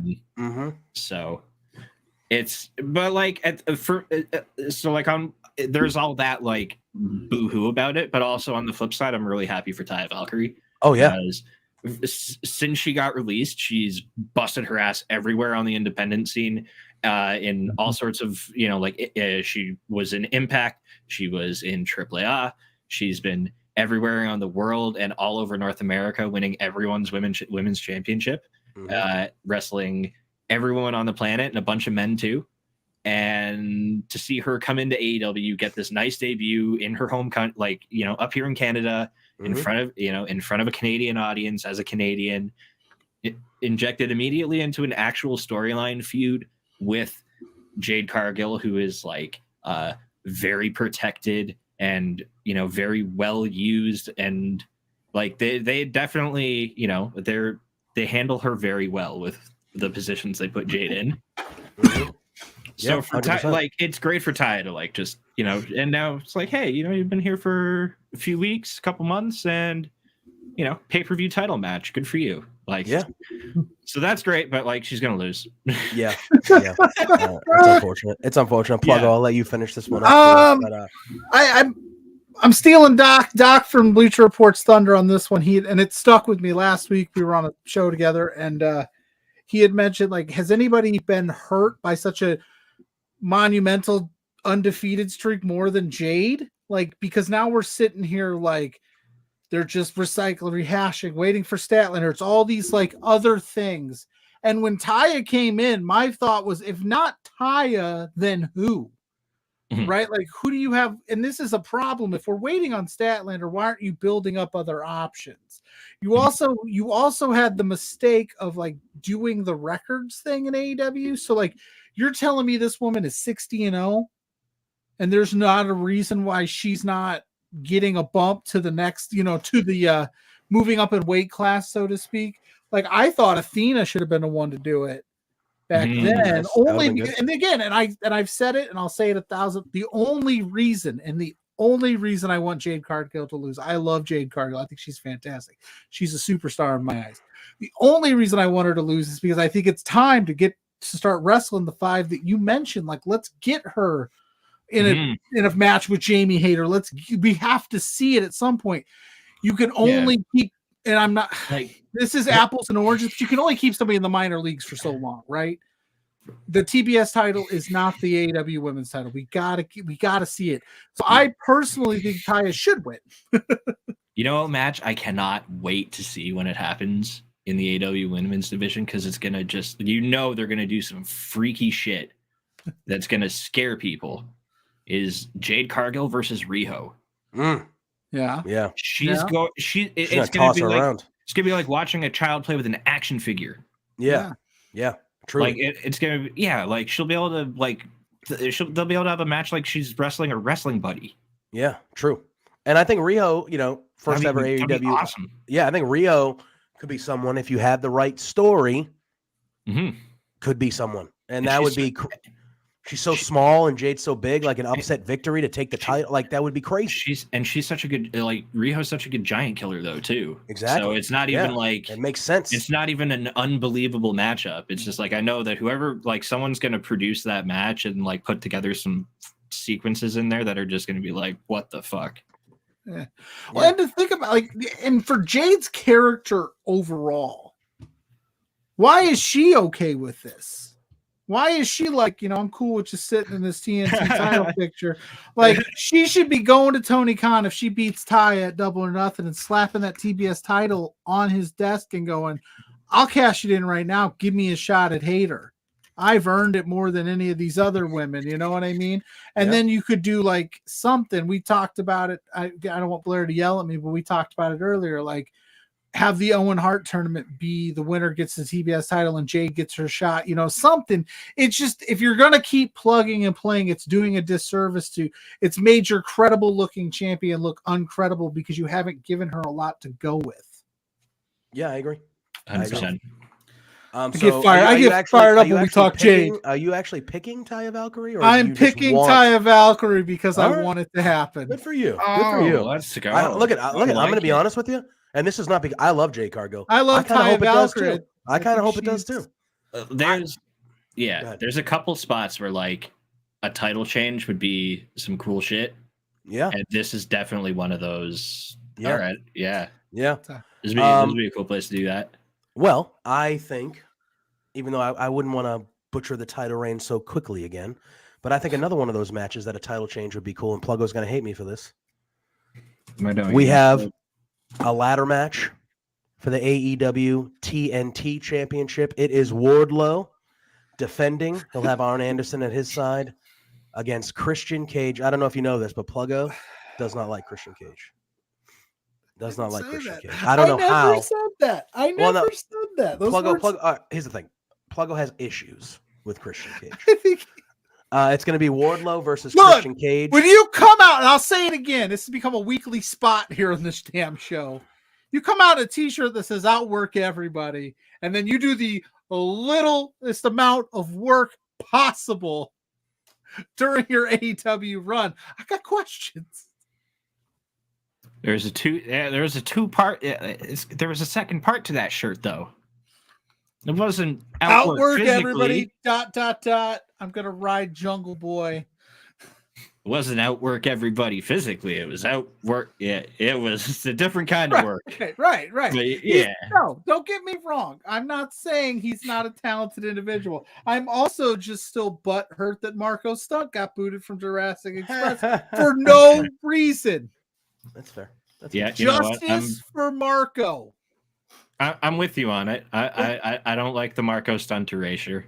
No, I went to a GCW live event at SummerSlam weekend in Tennessee last year, and Marco Stunt was in not a scramble match, but he was in like a 5-way or something like that, and he came out dressed as Andre the Giant. And no, he came out. I'm sorry, no, he came out to the Big Show's theme music. I'm sorry, and he came out with the singlet dressed as the Big Show, and the Big Show's music hit, and everybody was like, "What?" Because he's with AEW, so everyone was like, "Is the Big Show here?" And then it was literally Marco Stunt, and it was wonderful. It was wonderful. It was a wonderful scene. For me, and this is nothing against Wardlow, I want Christian Cage to win this title. The promo that he cut a couple of weeks ago in Detroit was a work of art. That was a work of art. That crowd hated him, and he stood there like a pro and was just feeding into him. And I know when he finished that promo, he ad-libbed and he went, "Hey, Detroit, you can kiss my ass."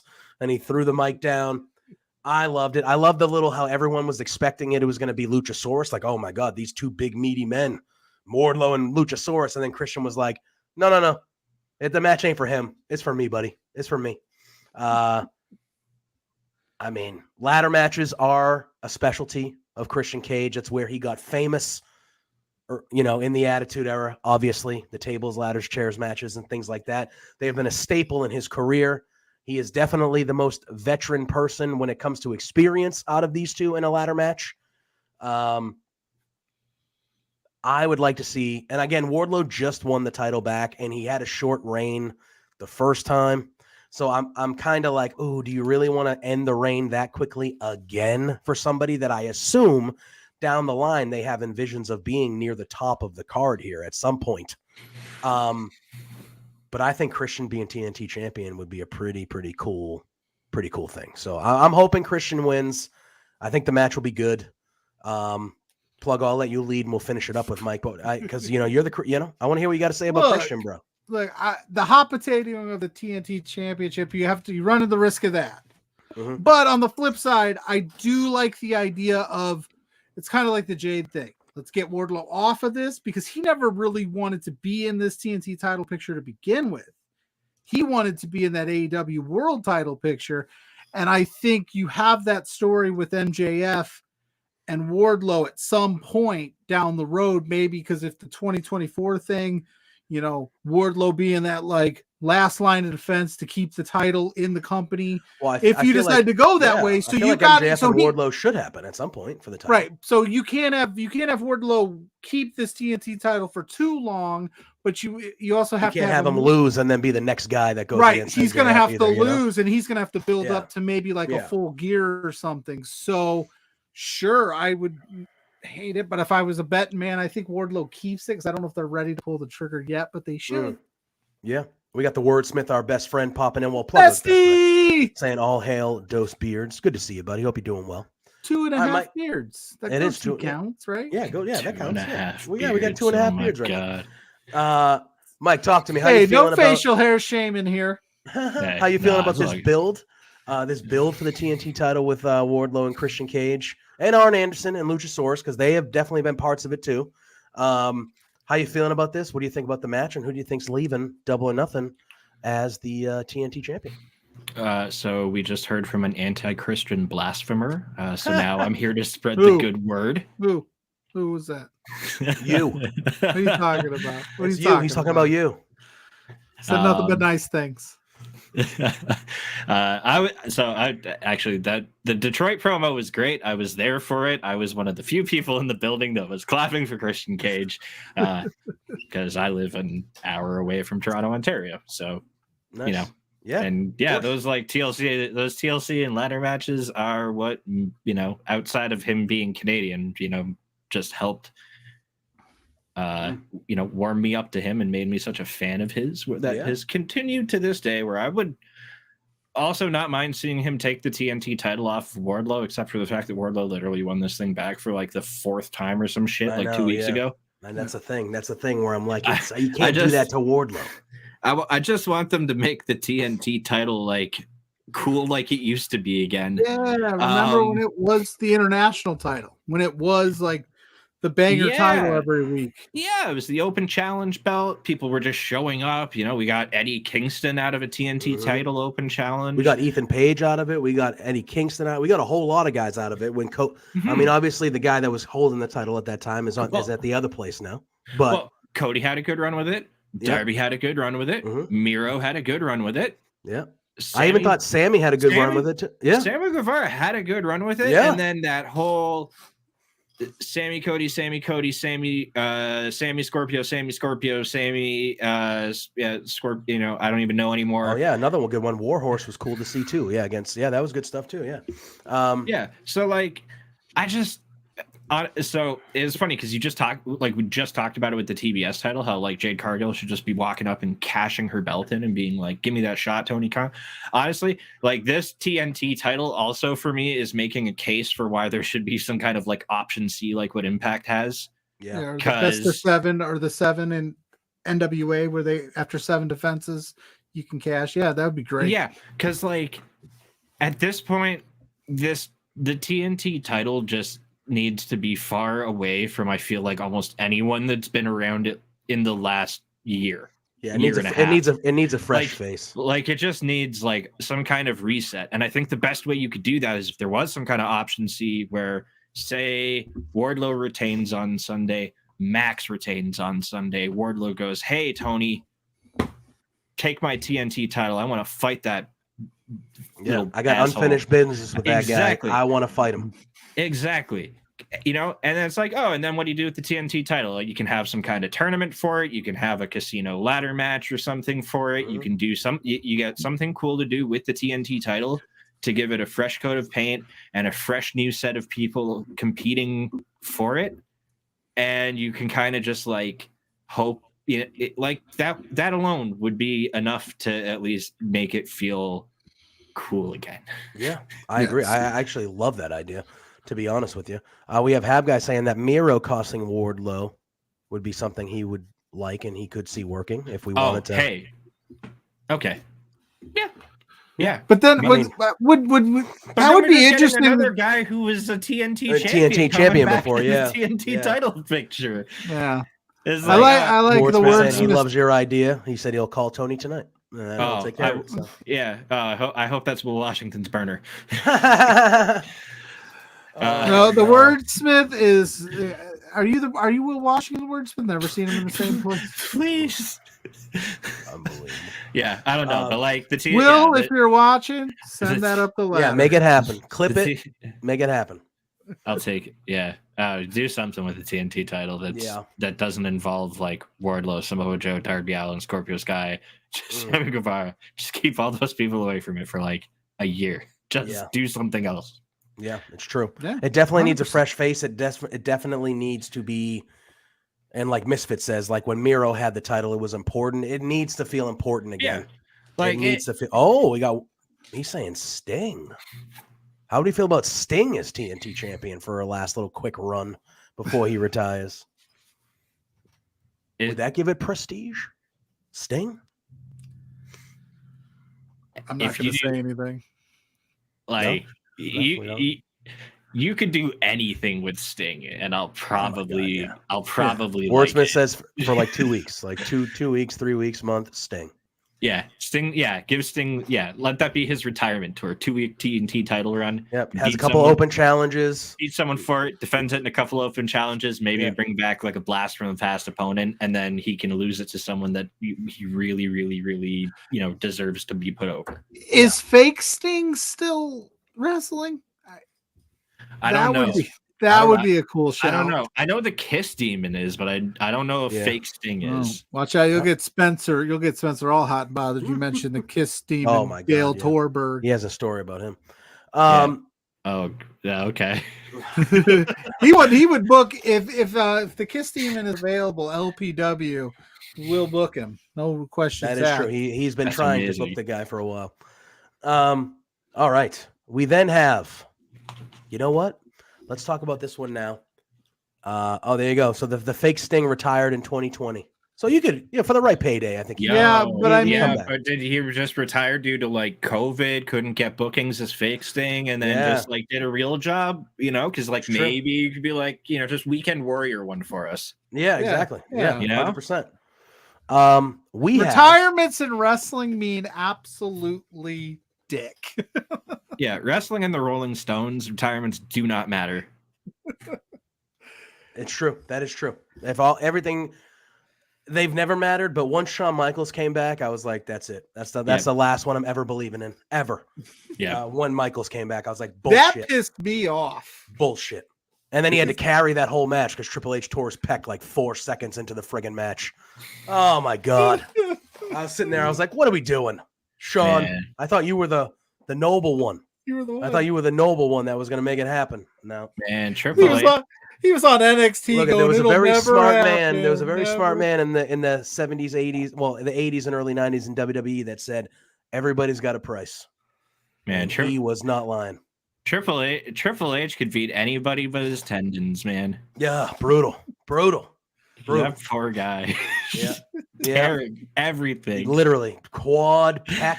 Anything doesn't matter. Maybe if he didn't spend so much money wasting water all those years, he would have had a little bit more money to. Karma is a bitch. They say karma is a bitch. You're supposed to swallow the water, keep hydrated. Exactly. Yeah. Jeez, that's what happens. Muscles wouldn't roll up and kill you. Muscles are all dried up, and the fucking tendons are snapping, bro. Yeah, we got Misfits saying we don't talk about the Saudi match. It never happened. Oh, it happened. I agree. We don't talk about it because there's no reason to, but it happened. But there's pictures all over there of Shawn Michaels. Brutal. With no hair. Yeah. Bald Shawn Michaels or with short head Shawn Michaels. God almighty. Anyway. All right. We have, and Misfit was talking about a little bit earlier, and Tony Khan admitted on the media call today that Jamie Hayter is working injured. Big time injured. Yeah. Props to her. I don't know if that is foreshadowing of what might happen at this during this match on Sunday. Sadly, if the injury is something that will keep her out for a while, but we do have the AEW Women's World Championship match, which is Jamie Hayter defending against Toni Storm. Obviously, there is a greater story at play here, where you have the outcasts and kind of the homegrowns have been feuding along. Ruby Soho, Saraya, and then you have Britt Baker and Sheeta has aligned with Britt and Jamie these last few weeks. I know you had mentioned Statlander earlier, and you said there might be somewhere where she could be used if healthy, if she's good to go. And we don't know that. There really hasn't been much speak on Statlander, to be honest. This match was kind of thrown together. They had been feuding. Obviously, I thought the Blood and Guts match had a chance of happening during this event. Or maybe the Dynamite after or something like that. But obviously now, they were supposed to have a trios match not last night, but last week. It turned into a tag match because of the Jamie Hayter injury. But Jamie Hayter has come out and said, I'm hurt, but I'm going to wrestle. I'm defending my champion. I'm a fighting champion. I'm going to do it. Tony Storm had a very fiery promo a couple weeks ago saying I'm challenging Jamie. Mm-hmm. How do you think this goes if Jamie Hayter's actually really hurt, which Tony admitted today that she is legitimately hurt? Do you think that's kind of writing on the wall that they're going to do a title change here? Or do you think it really matters on the severity of what that injury is, which obviously they're being pretty close-lipped about? Mike, I'll let you go. It depends on the severity of the injury, I think, honestly. Like, if it's injury, then I think we get somewhat of a respectable match, but still, some basis for a title change. Yep.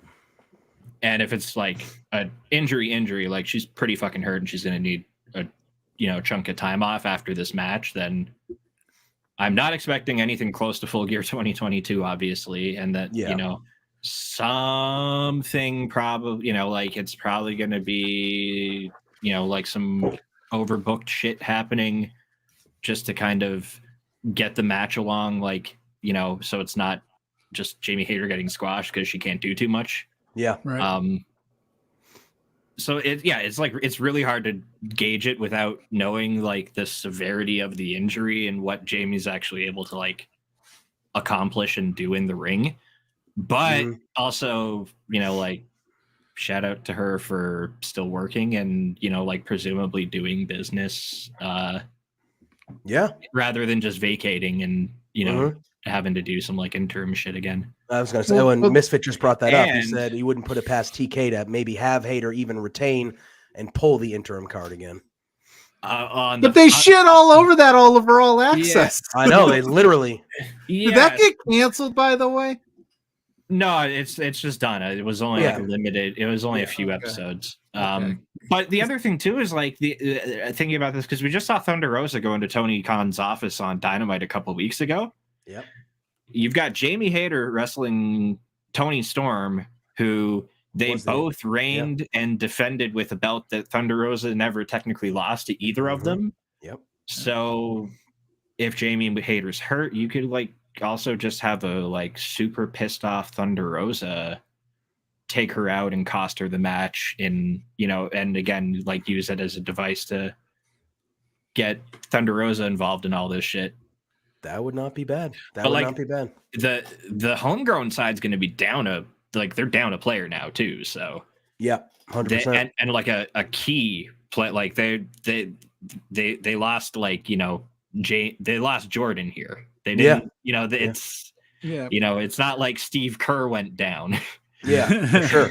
Big shot, Steve. Watch out, baby. Shout out Steve Kerr. Awesome human being. Still was a good basketball player. Like obviously good, but like.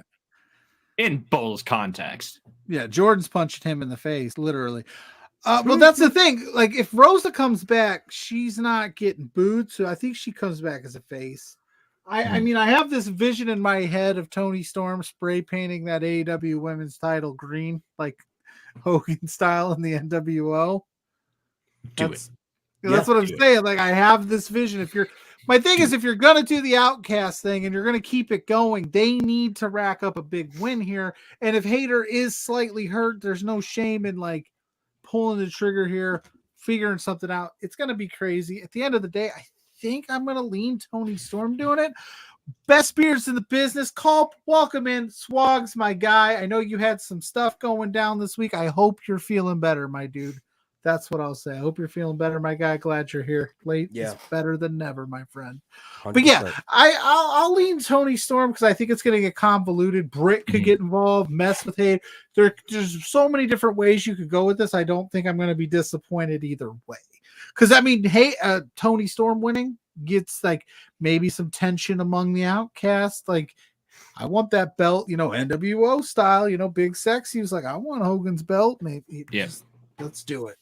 Yeah, I would agree. I mean, it all depends on how severe the injury really is. Going into it before the injury, I was like, oh, Jamie Hayter will retain no matter, she'll retain.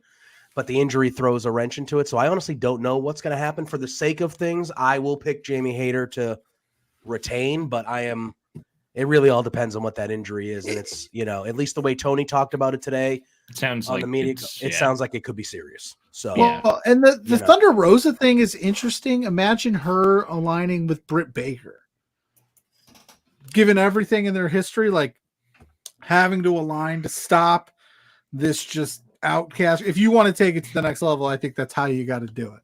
Well, see, but the thing is, there's that. Then she could also play double agent on either side too. Yeah, because you could justifiably have her be like, yeah, it's okay, Britt, we'll put it aside for the company, but then actually, still knife her in the back later on and be like, nah, paint an L on her.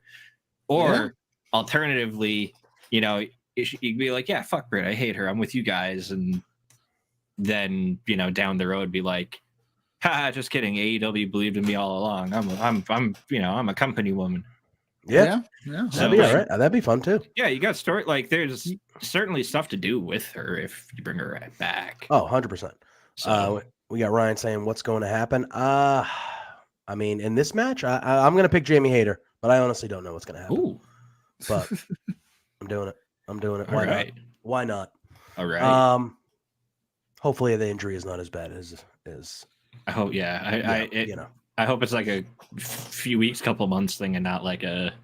I need surgery. I'm going to be gone for 8 months. Yeah, not like a we'll see you in 2024 thing. Exactly, 100%. All right, we then have not really sure. I'll announce. Yeah, we have an unsanctioned match happening tomorrow. Not really sure why you would have a contract signing for an unsanctioned match, but they did personal reasons. That's that's fine. I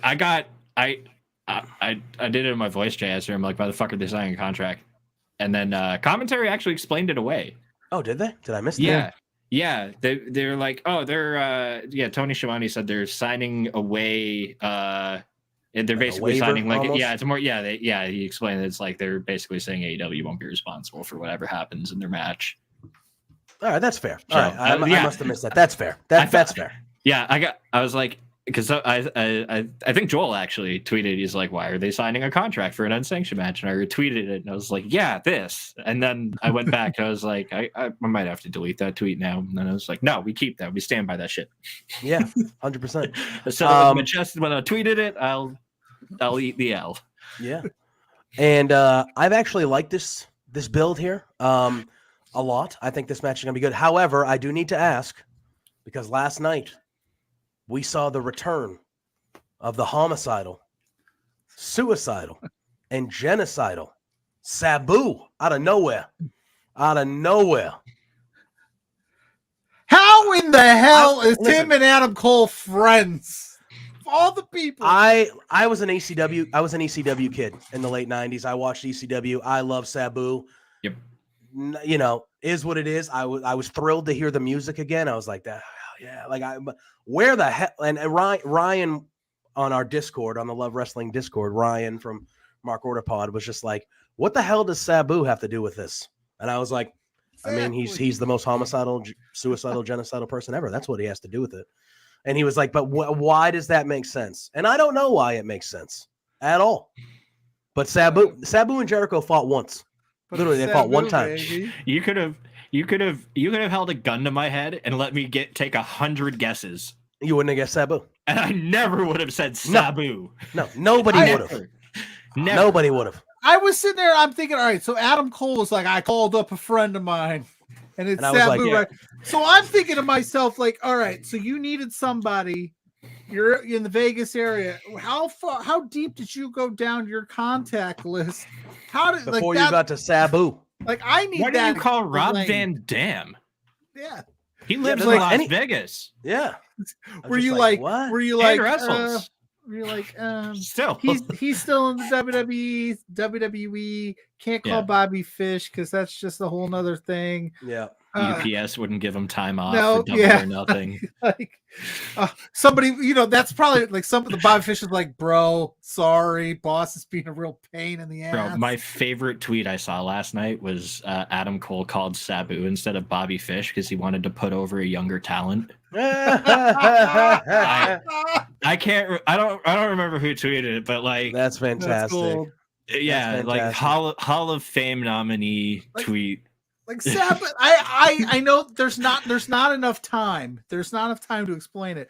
But that's all I kept thinking was like, please somebody connect the dots to Sabu and Adam Cole. Like, it's awesome to see Sabu, but like, explain that to me.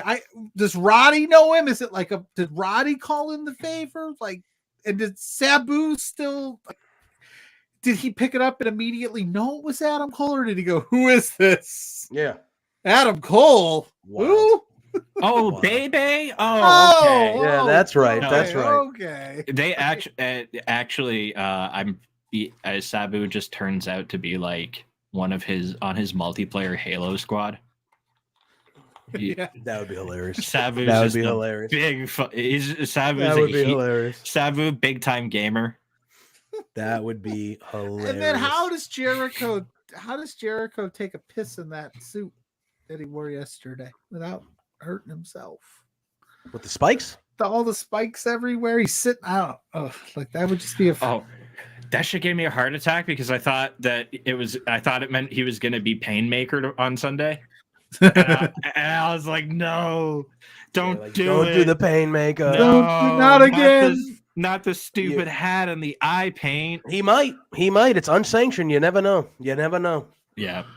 If for an unsanctioned match, which Jericho would you bring out if he was going to bring somebody out? Like, would you go live? I feel like it would be the Painmaker. It has to be the Painmaker. Yeah. Or the Wizard. But flamethrower. Instead, just he's like, it's unsanctioned. I have a flamethrower. Yeah, that'd be great. Yeah, that'd be great.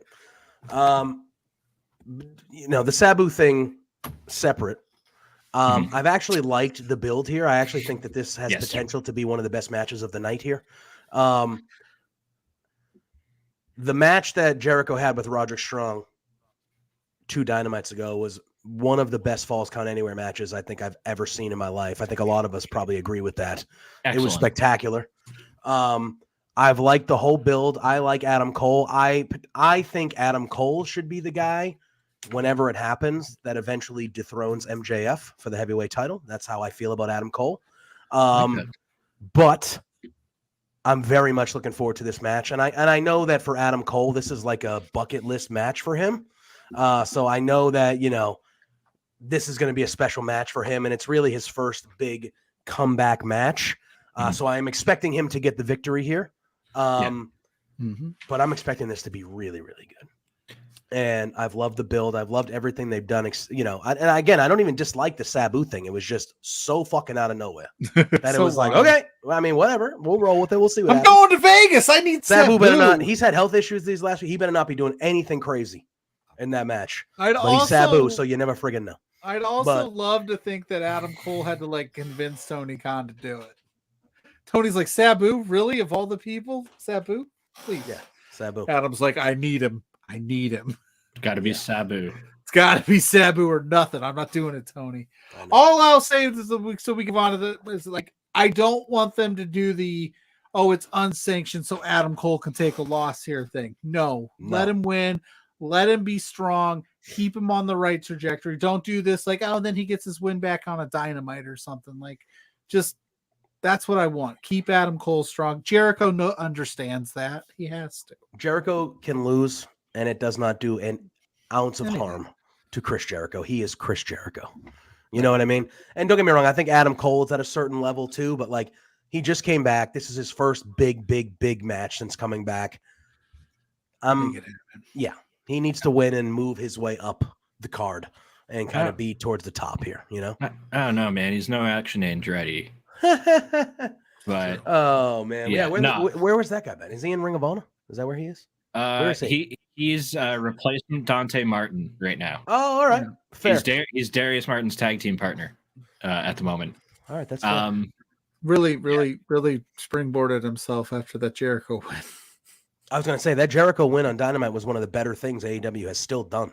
That was an amazing moment, and then nothing really came up. I don't know, at least when I see Action Andretti now, though, I'm not just like, oh, this guy's not going to do anything. I'm That's like, fair. Yeah, this guy's going to do something. Like, Yeah. we're gonna see a good match, Houston. Yeah, they of course. did just they also did just have a good ass match with the Kingdom, a fight without honor. I love the so Kingdom. I love the Kingdom. Yeah, like I don't know. I'm not gonna slander him too hard, but No. And then but I Ryan in still the like chat saying, gotta get my the jokes Kingdom. off still. Oh yeah, I love the Kingdom. I think the Kingdom you could have added to that list of tag teams, and they're heels. They could have fought FTR. Yo, for sure. Yeah. I am from Massachusetts. The Kingdom are from my area here. I have been fans of both Taven and Bennett and Maria Kanellis, but Taven and Bennett specifically for a long time. I've seen them wrestle at friggin', I know they make the joke bingo halls and high school gyms. I literally have seen them wrestle and that for a long time. Those dudes are special. They're good. And I would I'm assuming they're going to be more on the Ring of Honor brand, most likely, which is obviously where, they've been there a long time. That's more than fine. But I think that's a tag team that you could throw up to AEW anytime you want to do a short little feud with somebody. They're credible, former Ring of Honor World Heavyweight Champions. Like, they're credible people, former Ring of Honor tag team champions. Like, that's a team that I would like to see in that spot at some point if it can happen. Big time. Unsanctioned match wise though, Adam Cole. Yeah, right. Adam Cole got to win. Please don't keep Adam Cole and Roderick Strong swirling around the Jericho vortex for this should be a long time. Yeah. Maybe one more regular match after this, maybe, but maybe. It should be relatively get this over with. It's been good. I'm not complaining. It's been good. Yeah. Let Cole get the win here and then either move on or let him have one more match that Cole wins again. And then it's on to newer things. So yeah, I don't know. And given the fact that Adam Cole just had 2 pretty serious concussions and missed a ton of time, I don't expect him to be doing a majority of the bumping or on the receiving end of any insane shit here. Yeah. So I feel we're probably gonna give me a Chris Jericho crash pad bump to end the match. That would work. That would work for me. Yeah. All right. We're down to our last 2 matches here. So we have Anarchy in the arena. It is the Blackpool Combat Club, Bryan Danielson, Jon Moxley, Claudio Castagnoli, and Wheeler Yuta going up against the newly reunited Elite, the Young Bucks, Kenny Omega, and Adam, as JR would say, Hangman Page. That's what I call him. I call him Hangman every time. I never call him Hangman. I go Hangman. Adam Hangman Page. This match is gonna just fucking rule. It's just gonna rule. All right. Who bleeds first? Moxley. He's gonna be bleeding before the match even starts. He's coming out bloody. No, you think Hangman or something like that? Omega. Oh God. Yuta. Bryan Danielson. Nick Jackson. All right. All right, you heard it here first. Nick Right, Jackson's gonna be the first to bleed. Yeah. This match is going to be special. I think the story has been excellent. The BCC is arguably my favorite thing in professional wrestling currently. I love what they're doing. That promo that Moxley did last night was incredible. The delivery, how calm he was, how he built the match. I love that type of stuff. And Danielson as this sinister heel is just so good, especially as he's kind of become the de facto not leader of the group. I love everything about it. And the Hangman return last week was just amazing. The eye patch I love, even though it's corny as hell. I love it. This match should be a whole lot of fun. The first Anarchy in the Arena was just one of the better matches you'll ever see. It was just a blast. And with these 8 guys, holy shit. Yeah. Mike, I'll let you go, but how have you liked the build of this? How excited are you for this? And what do you think happens here? You think the BCC takes an L? You think the newly formed Elite get that, they get their revenge? Because the BCC has been torturing them for a little while here. So I've loved the build for this.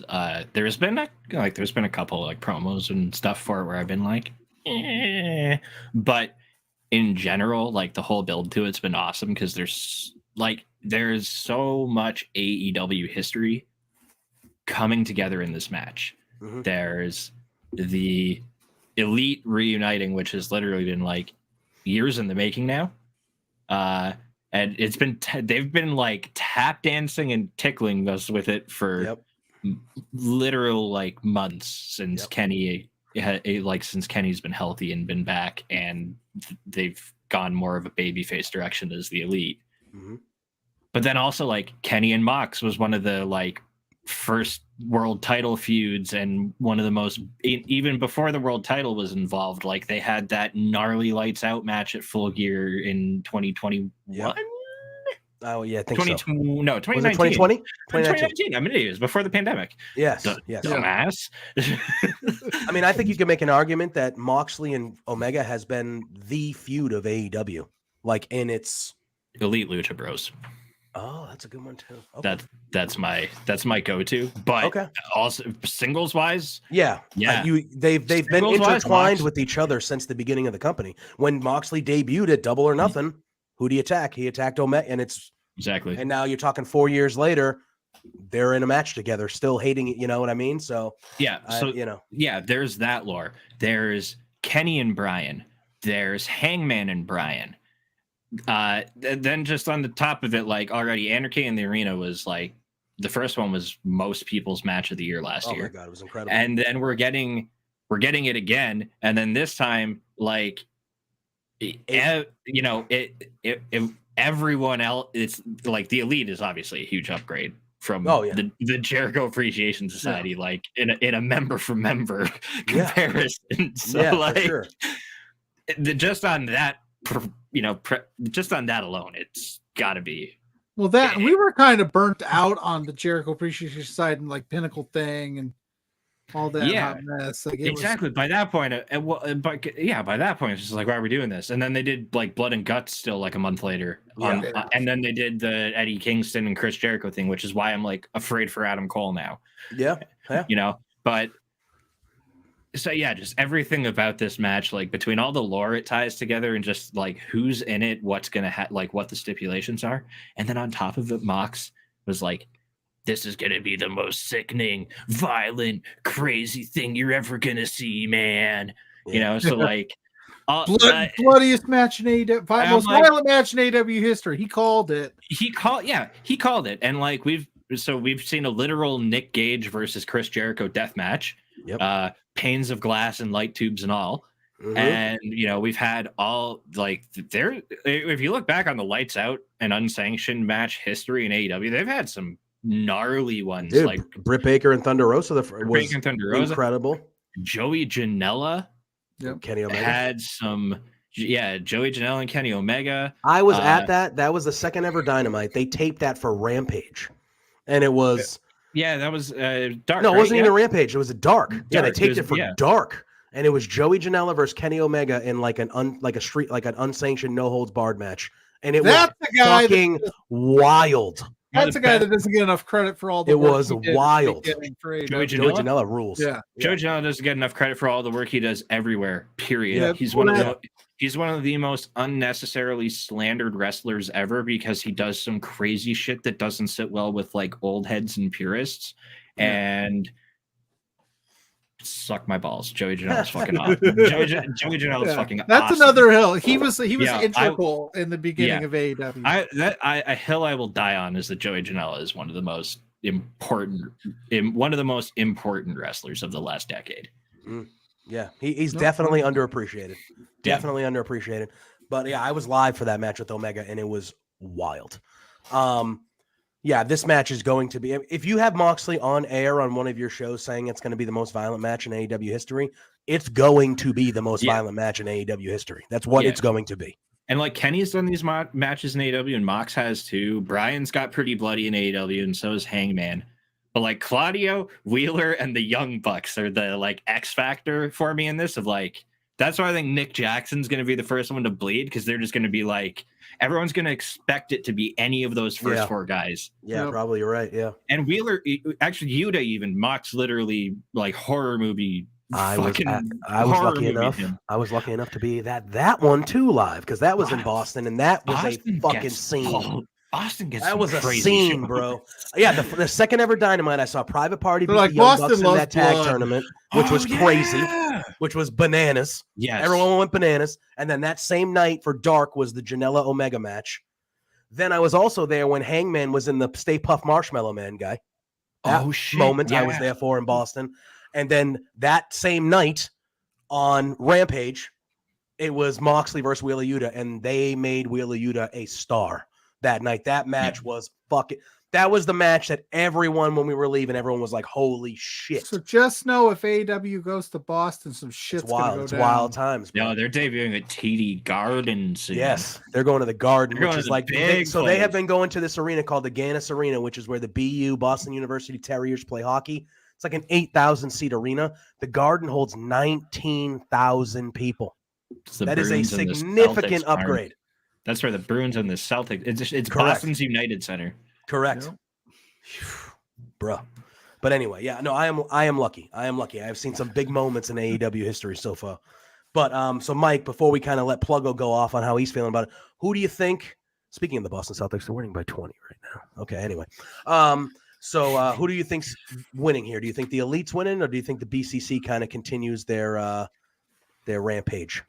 No pun intended.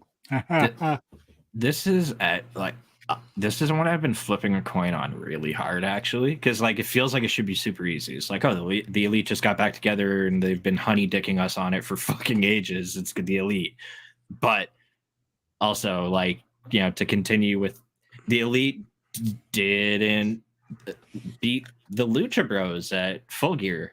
Yep. And they, you know, like that was a talking point of the Elite the whole time, like at the beginning of AEW. It's like they never win. They just put everyone over all the time. Yeah, they lost to the House of Black in the trios match as well. Like they Yeah, exactly. Yeah. So it's like you could almost do more story-wise with it by having the Elite lose than like by having them be like the yay, we're back together victory. And for that reason I actually picked BCC. Okay. I like that. Because if they do lose, then that is like you can lean into like, should we be together still? Like, you know, you can lean into like a layered story, right? Where like, oh, we all got back together, we were happy, blah blah, but then we lost. Like, you know, and then you can dive into multiple layers in that story. And like Kenny Omega still doesn't know that. Like, no, he does. Oh, he officially does. They did on BTE or something. Yeah, they did it as you know when they do the cartoon at the end of BTE, and then sometimes they like with the music, and then they do another little thing. They did it there. Okay, I was gonna say he still doesn't know that. Like Matt kind of gave Hangman the nod of approval, like you can beat him. Go ahead. Yeah, if you had I'm sorry if I spoiled BTE for anyone. No, you're good. You're good. I'm not caught up by any means. Okay, but it was actually hilarious the way they did it too, because it was so unserious. Well, we got Misfit, and I guess we're leading up to the main event. Pluggo, I'm obviously going to let you talk about Anarchy in the Arena, but Misfit is saying that Anarchy in the Arena should be the main event on Sunday. I feel like they're going to main event the world title match, which we saved to talk about last. But also like the whole time going into that that like mini tournament that the three other pillars did, they literally said it's for the main event. The main event, Double or Nothing. Yeah. So, all right, Pluggo, talk to me. Has the world title not ever main evented an AEW pay-per-view outside? I think like there was that unsanctioned. Well, I think they do unsanctioned. They've done unsanctioned lights out things. I think Double or Nothing. The first one back with fans at Daly's place. They ended with Stadium Stampede because they had the screw job finish in the triple threat match for the world title. That's right. Oh, that's a good call-out. So for me, blood in AEW matches, my baseline is always Cody, Dustin. Like, are we gonna have more? Are we gonna have less? Because that's just they painted that entire canvas.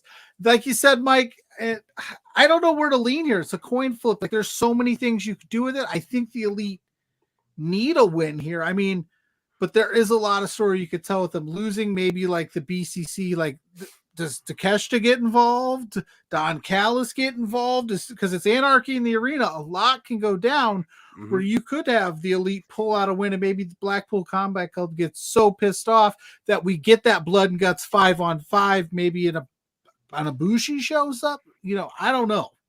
There's a lot that can go down. I was going to mention Ibushi. I was going to be like, Ibushi's floating out there a little bit too. So you could go so many different ways. Ibushi could show up at the end of this match and help the Elite win. Yeah, exactly. 100%. And then it's like, then you've got just a pissed off Danielson and Moxley going, put us in a cage, lock it, throw the key away. Let's get let's get weird in a blood and guts scenario where you're like, it could just anything. Yeah. So I have a feeling the Elite are going to have their hands held high at the end of this thing. But again, you could tell me the BCC is going to win, and I'd be like, yep, I'm in. I don't care. Doesn't matter. This is one of those matches. I don't care. I just want to see it. Yeah, I think I'm kind of there too. Like, I do think I am going to pick the Elite to officially, like, pick somebody, but I could see this going either way, and I'm not gonna be unsatisfied with either way. Like, I'm gonna be like, cool, man, because I just know it's gonna slap. It's just gonna absolutely rule, and it's just gonna dominate the night.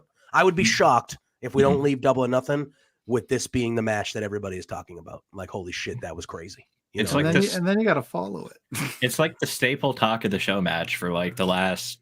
Because even going back to the Double or Nothing that I mentioned that had the triple threat, like that Stadium Stampede, Jericho Appreciations, or the Inner Circle, beating the Pinnacle in that Stadium Stampede to like send everyone home happy. Everyone was like, that was better than last year's Stadium Stampede, even. Like that. Yeah, those arena AEW does like these gimmicky matches so freaking good. They do. They nail it. I mean, I just don't know how you follow that. Like, that's my problem. Well, you don't necessarily have to have it right before the main event. You could do it. Yeah, I feel like you know what I mean. Yeah. You could do it at the middle point of the show or something like that, or you could even open with it if you really wanted to. How do you destroy an arena? Right away, right off the jump. It'll be somewhere in the middle of the show, and then they're gonna just like stick the tag title match on after it or something. Yeah, I think it'll be one of those. It'll be that. It'll be that tag match with FTR or whatever. That's kind of right before, it'll be something of that nature. Yeah, they'll put something. They got a lot, like so they have that unsanctioned match. They have the ladder match. They have the Anarchy in the arena. There is that man. The underneath of that ring is just going to be loaded with plunder. Oh my god, it's going to be wild. They so much blood. They cleared out a whole home hardware for this show. 100%. All right, we are to the main event. It is the Four Pillars Fatal. No, I'm sorry, they don't say Fatal 4-Way. That's the other company that does that. It is the Four Pillars 4-Way match. Warren is touching. Warren Hayes. Yeah, he yelled at me once. AEW World Champ. He did on my show. He yelled at me. He deserves it. If anybody can yell at me, it can be him. But I said Fatal 4-Way once, and then I said Triple Threat, and he was like, no. We're not talking about that. I was like, okay. The Four Pillars 4-Way match for the AEW World Heavyweight Championship. It is the champion MJF defending against Sammy Guevara, Jungle Boy Jack Perry, and Darby Allin. Before we dive into the match, there has been a mixed bag, I feel like, when it comes to how people are feeling about the build here. I personally have not had a problem with the build. I think it's been okay. Do I think it could have been better? I think some of the promo work early on, at least, could have been a little better. But I'm excited for the match. I'm expecting the match to be great. With these four, I'm expecting it to be a pretty damn good match here. But how have you felt, Mike, about the build leading into it? How, like, on a scale of 1 to 10, how excited are you for this match? And then kind of give us your thoughts and who you think is leaving as champion. So, like, for me, at the end of the day, the thing 96-ish% of what I care about in pro wrestling is what happens in the ring. Yeah. So, yeah. Like, the in-ring is what matters the most to me. That's why indie wrestling appeals so much to me, because of it's not insanely storyline driven. It's just usually like two dope wrestlers cooking somehow. Yeah.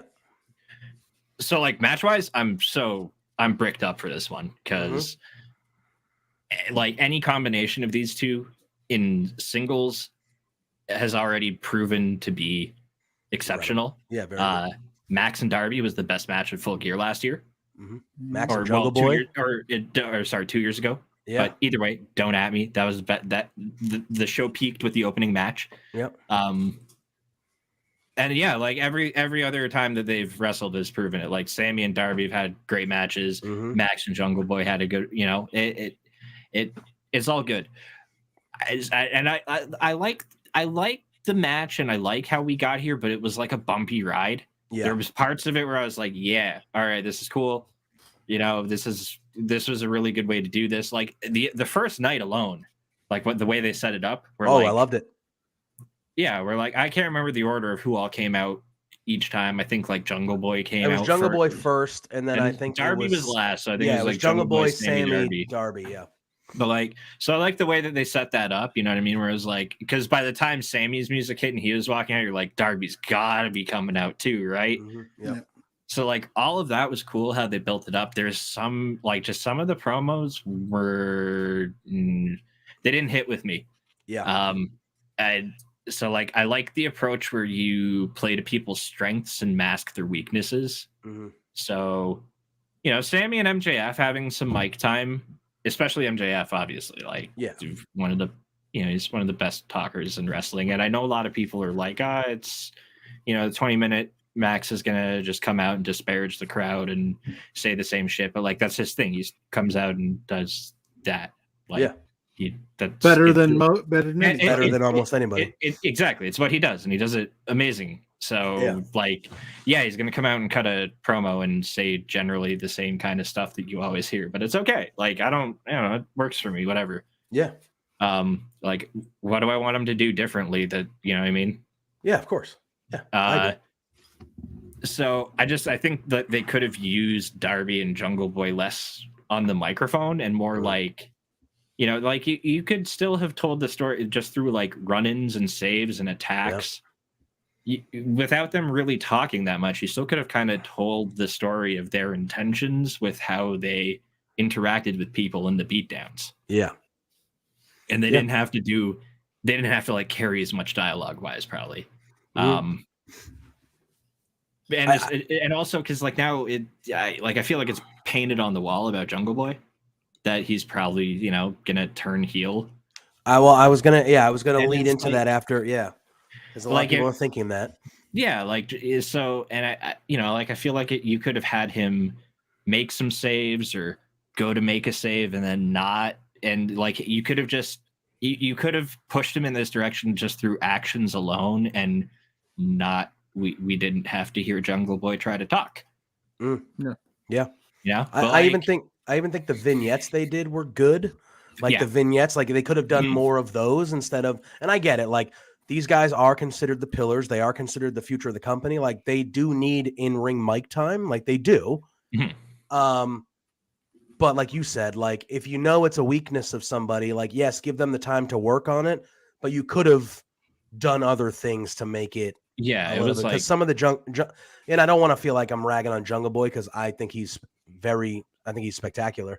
But it's clearly that, you know, that's the part of his game that he needs to work on the most is his promos. And you could have saved face a little bit more with him by like kind of not. And I'm all for like, you know, you can't never have these people talk on the mic. They need to get better, and you get better by doing, right? Mm-hmm. So like it's kind of a slippery slope, but I do feel like you could have thrown in maybe another week of vignettes as opposed to like a second or third in-ring promo where they're really just saying the same stuff that they said the first time about how they did it the right way. Max is a piece of shit. He cheated. And then all of a sudden you turn Sammy Guevara babyface within the last like 2 weeks out of nowhere. Dude's been a heel for the last year. And then you're like, all of a sudden he's working it. He's working. Yeah. And now all of a sudden and I think that's where the Jungle Boy thing comes in. Cause it's like, why are there three big, you know, like I get it. The three of them are kind of like baby faces against like Max is the devil. He's the evil guy. And the three of us need to make sure that one of us leaves as the champion. Cause that guy is not good for this place type of thing. Right. So I get that. But at the same time, like it just feels awkward. Like, why would you turn? And it's like, it was just like a switch, like a baby face, white meat baby face for Guevara, talking about his heart and how he, you know, it's just, it's kind of out of nowhere, you know? Well, Misfit, to that point, Christian hasn't done anything since losing to Jungle Boy to warrant a title match himself. That is true. Oh, boy. Yeah. Here we go. No, you're not wrong. No, Misfit's not wrong there. He's nobody's not wrong. I'm just saying. Pluggo's not wrong there either. Yeah, I agree. But I don't know, like Sammy flipping,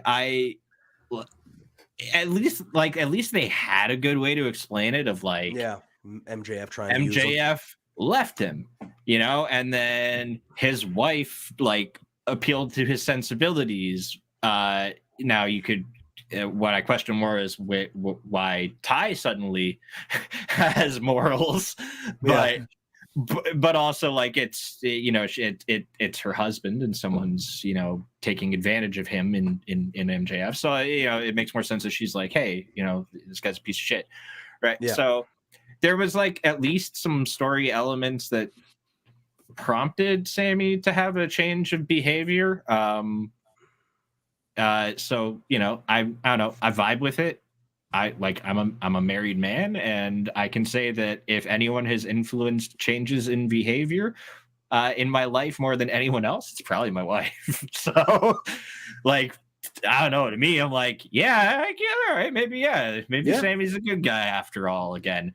The other thing for it to me too is like the most I've enjoyed Sammy Guevara is when he was a babyface, and I agree. I do agree about that. Yes, he was like when he beat Miro for the TNT title, I fucking jumped out of my chair. Like I was full tilt. Like I don't know if people forget that point in time. Like I know recency bias does a lot with people, but like there was definitely a time where like Sammy Guevara was inarguably a hot baby face getting pushed and people were down as fuck for it. Oh yeah. If you take Max out of the equation, he's the guy that I would, without a doubt, be like, he would be the, you know what I mean? Like he's the guy for me that separates from the other two. It's just, we can't get away from like the whole, he's a D-bag type stuff. Yeah. And they tried it in this spot. It just felt like it was like super like forced. Like they didn't like ease into it at first. It was like,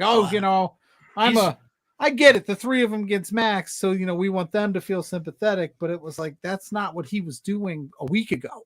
Yeah, for sure. And like, it did seem like it worked instantaneously because he got a super good reaction in Texas, but he's also from Texas. Yeah, from Texas. So like he's going to get a more welcome response there. This week. It wasn't so much, but like also it wasn't the nuclear shower of booze he's used to. Yeah. So definitely. like you could say it's not working, that they're trying to flip him, but like if you look at the reactions to him like a month ago, if he was to come to the ring, and it's like you only hear things that rhyme with ooh. And now it's like, oh, okay, like on Wednesday that you could hear some mild applause coming from some sections of the crowd for him, and it's like, holy shit, claps for Sammy Guevara in 2023. I know, dude, it's wild. In this economy. He's so good in the ring. I think that it's hard not it's hard not to. My God. I think that's why for me, I'm like, because again, like the in-ring is so important to me, and like Sammy's undeniable. Like, oh my God, he's one of the best. One of the best. He has the best cutter highlight in all of pro wrestling, period. With that ladder one on Cody. Nobody's. Oh my God. Yeah, that's the best. That's the best cutter anyone's ever taken, and nobody's touching it for years to come. Probably. And the craziest part about that was Cody didn't have to do that shit because he was leaving anyway. He wasn't even under contract. Yeah, he was just like, let's do this. Yeah, like, he was also like, hey, put me through a burning table. As well. Let's do all this stuff. It was like, bro. Yeah, I'm on a per appearance deal right now, but I'm gonna get fucked up for your company. We all assume that like MJF is winning this thing, right? I mean, there's not a chance in hell they're pulling the trigger on anybody else. I mean, I can't. No. And then Misfit even says MJF is totally winning, but if AEW were to have him drop the title, it should be Darby. And I feel like. Yeah, if anybody's going to beat MJF for the title in this match, it will be Darby, but MJF is not losing. Why? So he can take it to the top of Mount Everest? Maybe. I do not see MJF losing this match at all. I think part of the reason, maybe, and again, I'm more like Mike. I'm excited for this match anyway because I know the match is going to be dope. And again, I haven't been 100% against the build. I just think it could have been a little better, but. Yeah, MJF's not losing that title. He's not losing that title anytime soon. No, and it's just not happening. I think that do you think that's taken away from? Do you think that's part of the excitement kind of not being maybe where it should be? Is that everyone is kind of looking at this match and going, well, obviously MJF's winning. Wouldn't that takes also away from it? Wouldn't that also make this kind of the most insane match to do a title change on then, though?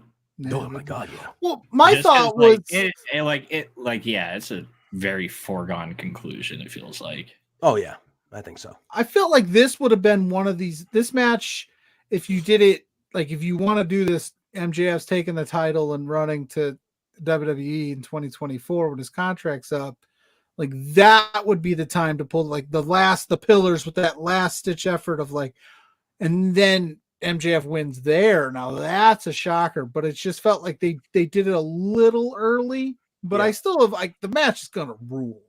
These four are going to prove like, and if they're the main event, they've got the Anarchy in the arena and all that other stuff that we just talked about to live up, and they want to steal the show. They want to be the reason people are leaving. So, or leaving, they want to be the reason people are talking at the end of the night. Like, holy shit, these four are the future.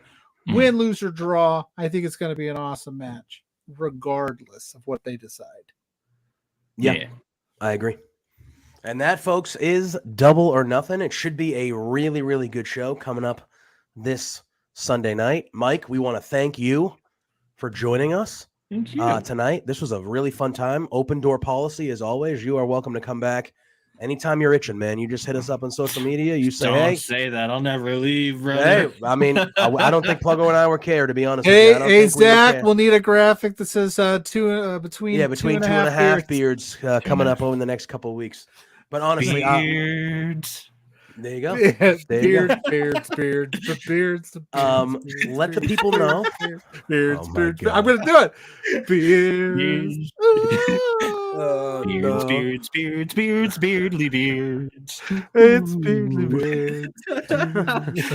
Oh, God. Oh, what a time. That's what happens when you go into overtime. I know. We went into overtime tonight. Boom. I'm sorry. No, you do not apologize. We're fault. open. Yeah, it is T.Y. Jackson's fault. It truly is. Oh, yeah. It's true. He came in here and started shooting and shit. Yeah, we'll just blame him. But a lot of fun, a lot of chat about AEW. I'm stoked when we kind of deep dive into things like that. So, but Mike, let the people know where they can find you on social medias, where they can find your show that you do. Just kind of plug your stuff and let the people know. So you can find me on Twitter. Right. I never get this right. It happens to me every time. I've been doing this for every week. Yeah, every time. Right there. That's my Twitter handle. It's like the only social I use, basically. Although, same on Twitch. Follow it now. If you want to support me, you could even subscribe to it now. But when Fight Forever drops, I'm literally going to do a 12-hour stream on release day. My Twitch is being fully reactivated. I'm working on some new graphics and new videos and stuff for it now. So when Fight Forever comes out, I am an AEW Fight Forever streamer. I have been a variety streamer up until this point. That's changing. But you can find Twitter, Mike is Indie. It's actually Mike from Indeed on Twitch. Shit. Okay. Mike from Indeed. Sorry. Sounds like we're gonna have to have you on some Blowing Off stream because we're in the talks of playing that on Saturday nights sometimes here soon. So yeah, we have a video game stream that we do on Saturdays called Blowing Off Stream where we get together and we kind of shoot the shit, play some games, drink a little bit, have a good time. Very cash. So if you're ever available on a Saturday evening and we're doing it, we'll have to lump you in, man.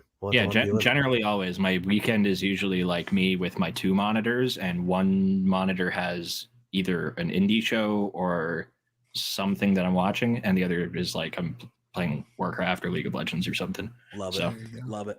Right. But Indeed, Wednesdays, Fightful Overbooked, 6 p.m. Me, Righteous Reg, talking about our favorite independent wrestling, everything that we saw over the last week, or talking about independent wrestling with some guests. We just had MLJ on from this week, the voice of Game Changer Wrestling. We kind of talked about how like the consumption of how we take in our independent wrestling has changed over the last couple decades.